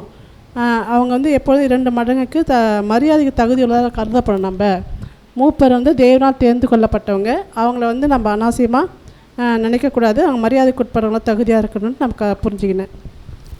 Thank you sister. இன்னொரு பாயிண்ட் ஷேர் பண்ணிக்கிறேன் பிரதர். சொல்லுங்கள் பிரதர். பொதுவாக மூப்பர்கள் வந்து ஆர்டர் போடுறவங்களாக இருக்கக்கூடாது.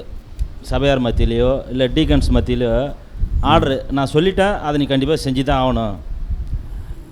இப்போ பலவீனமானவர்கள் அவருக்கு கீழே ஊழியம் செய்கிறாங்க, யார் டீகன்ஸாக இருக்கிறவங்க, உதவி ஊழியக்காரர்கள். இப்போ அவங்களாம் வெளியூர் பயணத்துக்கு நீங்கள் தான் முடிவு பண்ணி அவங்கள அனுப்புகிறீங்க. அப்படி அனுப்பும்போது உடல்நிலை சரியில்லாத சகோதரர்களுக்கு யாரையாவது கூட ஹெல்ப்பர் கூட்டம் போகிறனாக்கா அல்ல அதெல்லாம் கூட்டம் போகக்கூடாது, நீங்கள் தனியாக தான் போகணும். அப்படியெல்லாம் ஒரு ஆர்டரு நீங்கள் வந்து பண்ணுறவங்களாம் இருக்கக்கூடாதுன்றது என்னுடைய தாழ்மையான ஒரு வேண்டுகோள். Thank you brother. Felix brother.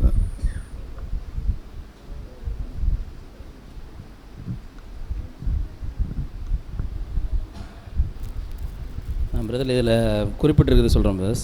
சாந்தம், கனிவு, நீடிய பொறுமை, சகோதர அன்பு, பாசம் ஆகியவைகளே மூப்பர்களாக அங்கீகரிக்கப்பட மிக மிக முக்கியமான தகுதிகளாக இருக்க வேண்டும். கடைசியாக சலோமி சிஸ்டர் கை தூக்குனீங்களா? ஓகே. அருணகிரி பிரதர் சுருக்கமாக ஸ்டார்ட் பண்ணிங்க, டைம் முடியுது. அதாவது நம்ம மேய்ப்பன் வந்து ஆடுகளுக்கு தன் ஜீவனை கொடுக்குறவனா இருக்கணும். வசனம் அப்படி தான் சொல்லுது. அதனால் வந்து இப்போ இதில் நிறைய தகுதியெலாம் சொல்லியிருந்தாங்க. இந்த ஒரு மூப்பர் வந்து எப்படி இருக்கணும்னு சில தகுதி இருக்கத்தோடு தான் முன்மொழிகிறாங்க. இப்போ இங்கே உட்காந்துருக்கிறவங்க எல்லாம் என்ன பண்ணாங்கனாக்கா அந்த தகுதியை நீங்கள் மீறுறீங்களான்னு பார்ப்பாங்க. அதில் நீங்கள் எச்சரிக்கையாக இருக்கணும். ஏன்னா ஒரு தாய் குழந்தைக்கு பால் கொடுக்கும்போது அந்த குழந்தை வந்து தாய் முகத்தான் பார்க்கும், வேறு அக்கம் பக்கத்தெல்லாம் வேடிக்கை பார்க்காது.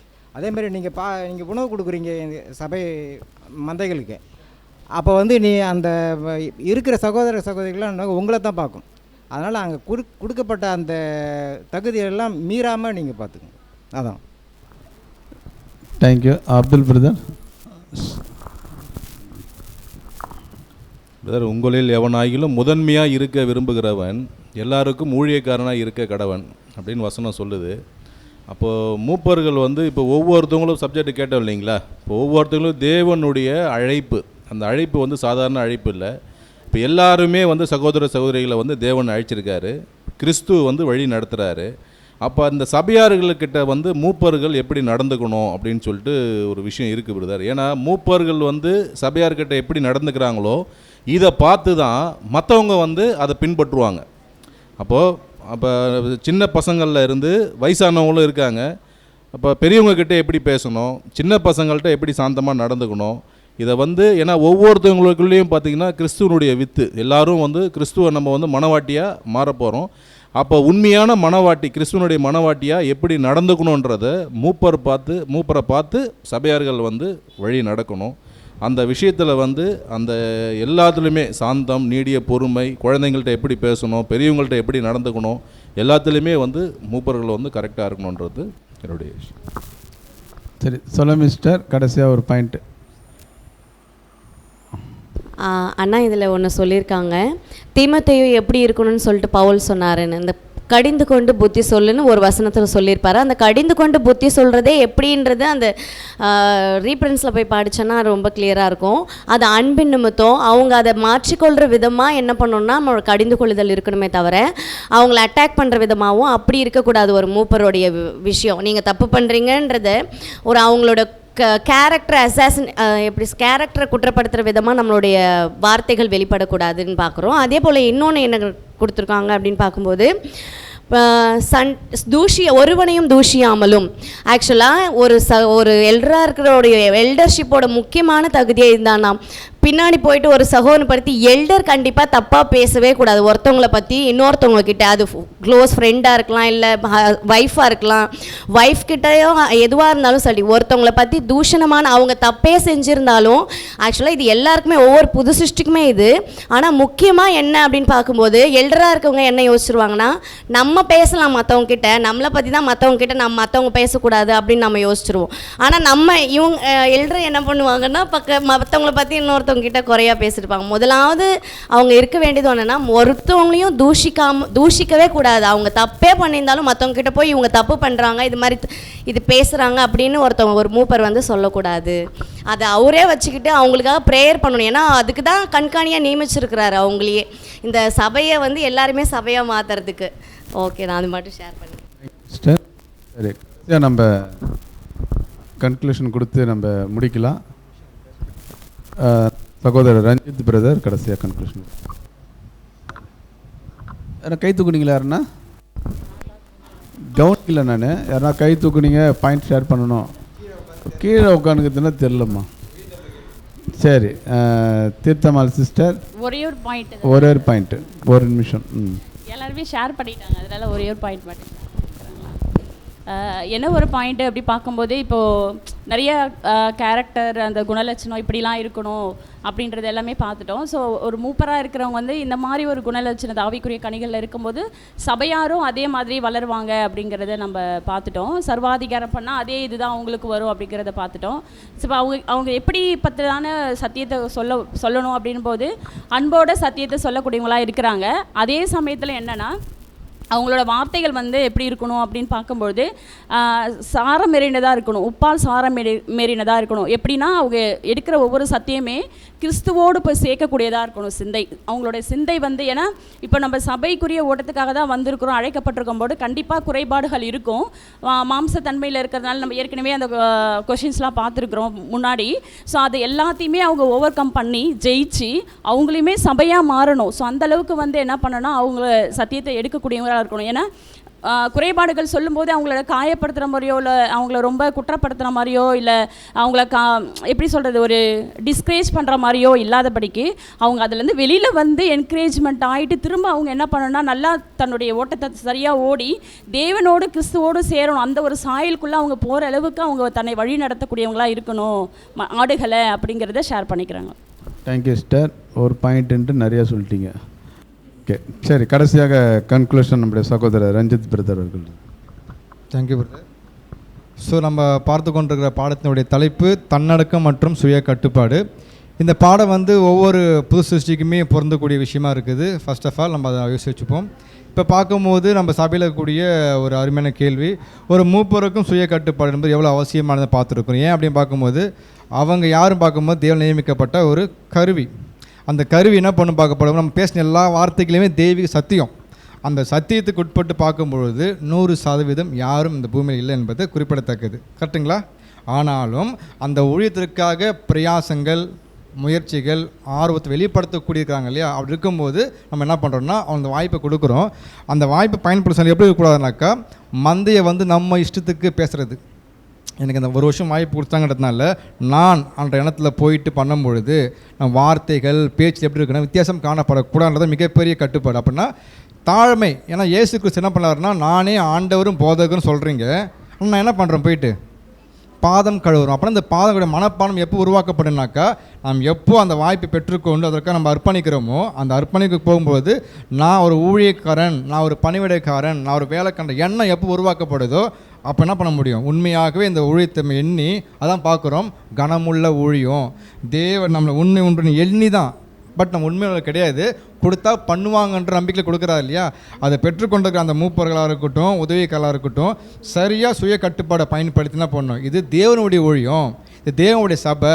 நாம் என்ன பண்ணுறது, அது சரியாக பயன்படுத்தக்கூடிய ஒரு கருவியாக மாத்திரம் செயல்படுற இடத்து தான் சரியான ஒரு மூப்புக்கான ஒரு ஊழியக்காரனாக இருக்க முடியும். தவிர மற்றபடி நம்ம எதிர்பார்க்க மாதிரி என்ன பண்ணுறாங்கன்னா, ஒருவேளை நம்ம சொல்கிறது தான் நடக்கணும் சபைக்குள்ளே அப்படின்னுச்சுன்னா அவங்க உண்மையான ஊழியக்காரனா இல்லை. ஏன்னா அதான் சர்வதிகாரம். அது எப்படி பேசுவாங்க அப்படி பார்க்கப்படும் போது அவங்க பேச்சில் வெளிப்படும். அது சொல்லும் போது செஞ்சு ஆகணுன்ற மாதிரி கட்டாயப்படுத்த மாட்டாங்க, ஆனால் துணியில் இருக்கும். இப்போ என்ன பார்க்கப்படும் போது சபையார் நல்லா உற்று கவனிக்கிறாங்க. இப்போ என்ன செய்யணும் பார்க்கப்படும் போது அந்த சபையார் என்ன விரும்புகிறாங்களோ அந்த விருப்பத்தை சரியாக செய்யக்கூட ஒரு ஊழியக்காரனாக காணப்படணும். இது யாருடைய சப்போர்ட்டும் தேவைப்படுது அப்படின்னு பார்த்தீங்கன்னா சபையோடைய சப்போர்ட்டும் தேவைப்படும். அதுக்காக என்ன பண்ணணும், அந்த நாம் தான் ஊழியம் கொடுத்துருக்குறோம். அதே சமயத்தில் முக்கியமான பாயிண்ட் ஷேர் பண்ணுறேன். ஊழிய வாய்ப்பை கொடுத்துட்டு நம்ம என்ன பண்ணக்கூடாது, அமையக்கூடாது. அந்த ஊழியம் சரியாக செஞ்சிட்ருக்கிறாங்களான்றதை கண்காணிக்க வேண்டியது உங்களுடைய கடமை. ஏன்னா அத்தாரிட்டி யாருக்கு இருக்குன்னு சொல்கிறோம், அந்த பங்களிப்பை நீங்கள் எடுத்துக்கணும். அவ்வளோதான். அன்றைக்கி தூக்கணும் பாரு, அவள் முடிச்சுட்டு அடுத்த வாரம் தூக்கம் அப்படி இல்லாமல் சரியாக பண்ணுறாங்களா இல்லையா கண்காணிக்கணும். ஒருவேளை குறைபடும் போது மாம்சத்தில் இருக்கிறாங்க இல்லையா, சப்போஸ் ஏதாவது பேசியிருக்கலாம், தனிப்பட்ட முறையில் விஷயம் இந்தமாரி பண்ணக்கூடாதுன்றத சொல்லுங்கள். அப்போ தான் அவங்களும் ஆதாயப்படுத்த முடியும், அவங்க சரியாக பேச முடியும். அதான் அப்போஸ்தலன் பவுல் பேசுகிறாங்க, மற்றவங்களுக்கு போதிக்கிற நான் ஆகாதவனா போகாதபடிக்கு பேசுவேன். ஒரு புதுசு இப்படி இருங்க, இப்படி பழகுங்க, ஃபெல்லோஷிப்பான பேசலாம். சம்டைம் ஆகிடும் அவருக்கு மாம்சத்தில் இருக்கிறத வெளிப்படுத்திருக்கலாம். அப்போ நம்ம அதான் பேசுகிறோம் இல்லையா. சில நேரத்தில் நம்ம என்ன பண்ண விழுந்து போகிறதுக்கு வாய்ப்பு இருக்குது. ரெண்டு பக்கம் பார்க்கணும். இது எப்படியும் பார்க்கப்படும் அப்படிங்கிற மாதிரி சொல்லியிருக்கிறேன். நம்ம ஒரே ஃபேமிலி, இந்த ஃபேமிலிக்குள்ளே தேவன் ஒரு சகோதரனை ஏற்படுத்தி ஒரு ஊழியம் செய்வீங்க. யாருக்குன்னா உங்களுடைய உடன் அங்கத்துக்கு பணிபுரியும்படி வாய்ப்பு கொடுத்துருக்குறாங்க.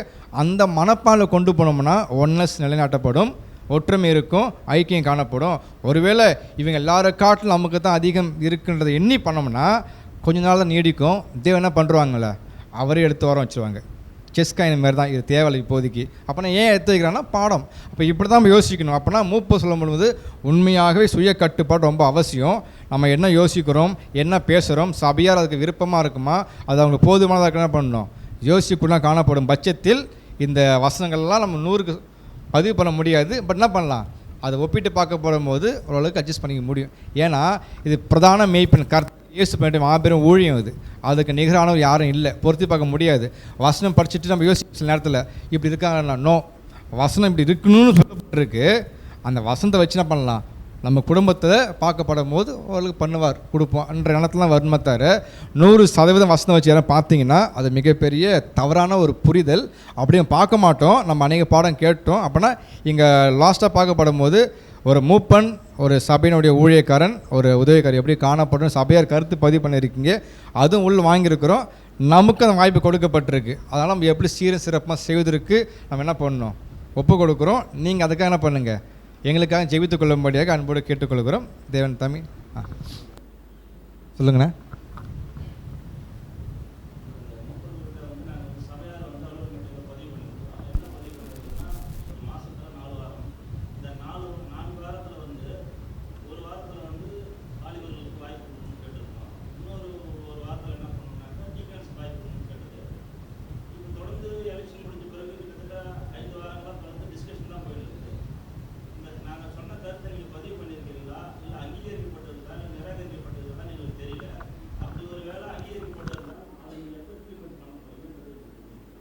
ஓகே, தேங்க்யூண்ணா. நல்ல கொஸ்டின்னு.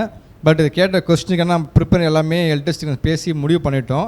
இப்போ யூத் மீட்டிங் போயிட்டுருக்கு இல்லையா, அதற்காக நம்ம என்ன பண்ணுறோம், ஃபுல் ப்ரிப்பரேஷன் ஃபுல்லாகவே இந்த 2 நவம்பர் டிசம்பர் ஃபுல்லாக எடுத்துன்னு போயிட்டு அடுத்து புது வருஷம் ஆரம்பிக்குது இல்லையா, அப்போ தான் என்ன பண்ண போகிறோம், 4 வாரத்தில் ஒரு டிஸ்கஷன், ஒரு யூத் மீட்டிங்கு அப்படி பிளான் வச்சுருக்கோம். ஏன்னா இப்போ இதுக்காக ஃபுல்லாக போகும்போது நடுவில் கொண்டு வந்தாக்கா இது பண்ண முடியாது. அந்த ஒரு காரணத்துக்காக தான் போயிட்டுருக்கு. நீங்கள் சொன்ன எல்லா பாயிண்ட்டுமே என்ட்ரி பண்ணி வச்சுருக்கிறோம். வரக்கூடிய வருஷத்தில் இம்ப்ளிமெண்ட் பண்ணப்படும். ஒரு வேளை மிஸ் ஆகினா நீங்கள் கேள்வி கேட்கலாம்.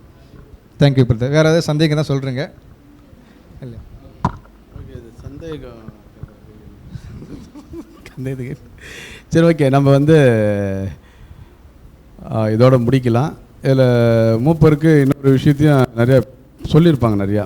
அதே வந்து பார்க்கும்போது இரு நாக்கு என்ன பண்ணக்கூடாது, அவங்க வந்து சர்ச்சைக்குரியவர்களாக என்ன பண்ணக்கூடாது, இருக்கக்கூடாது. எந்த ஒரு விஷயமும் என்ன பண்ண இருப்பாங்கன்னா நிறையா பாயிண்ட்டுகள் அதில் வரும்.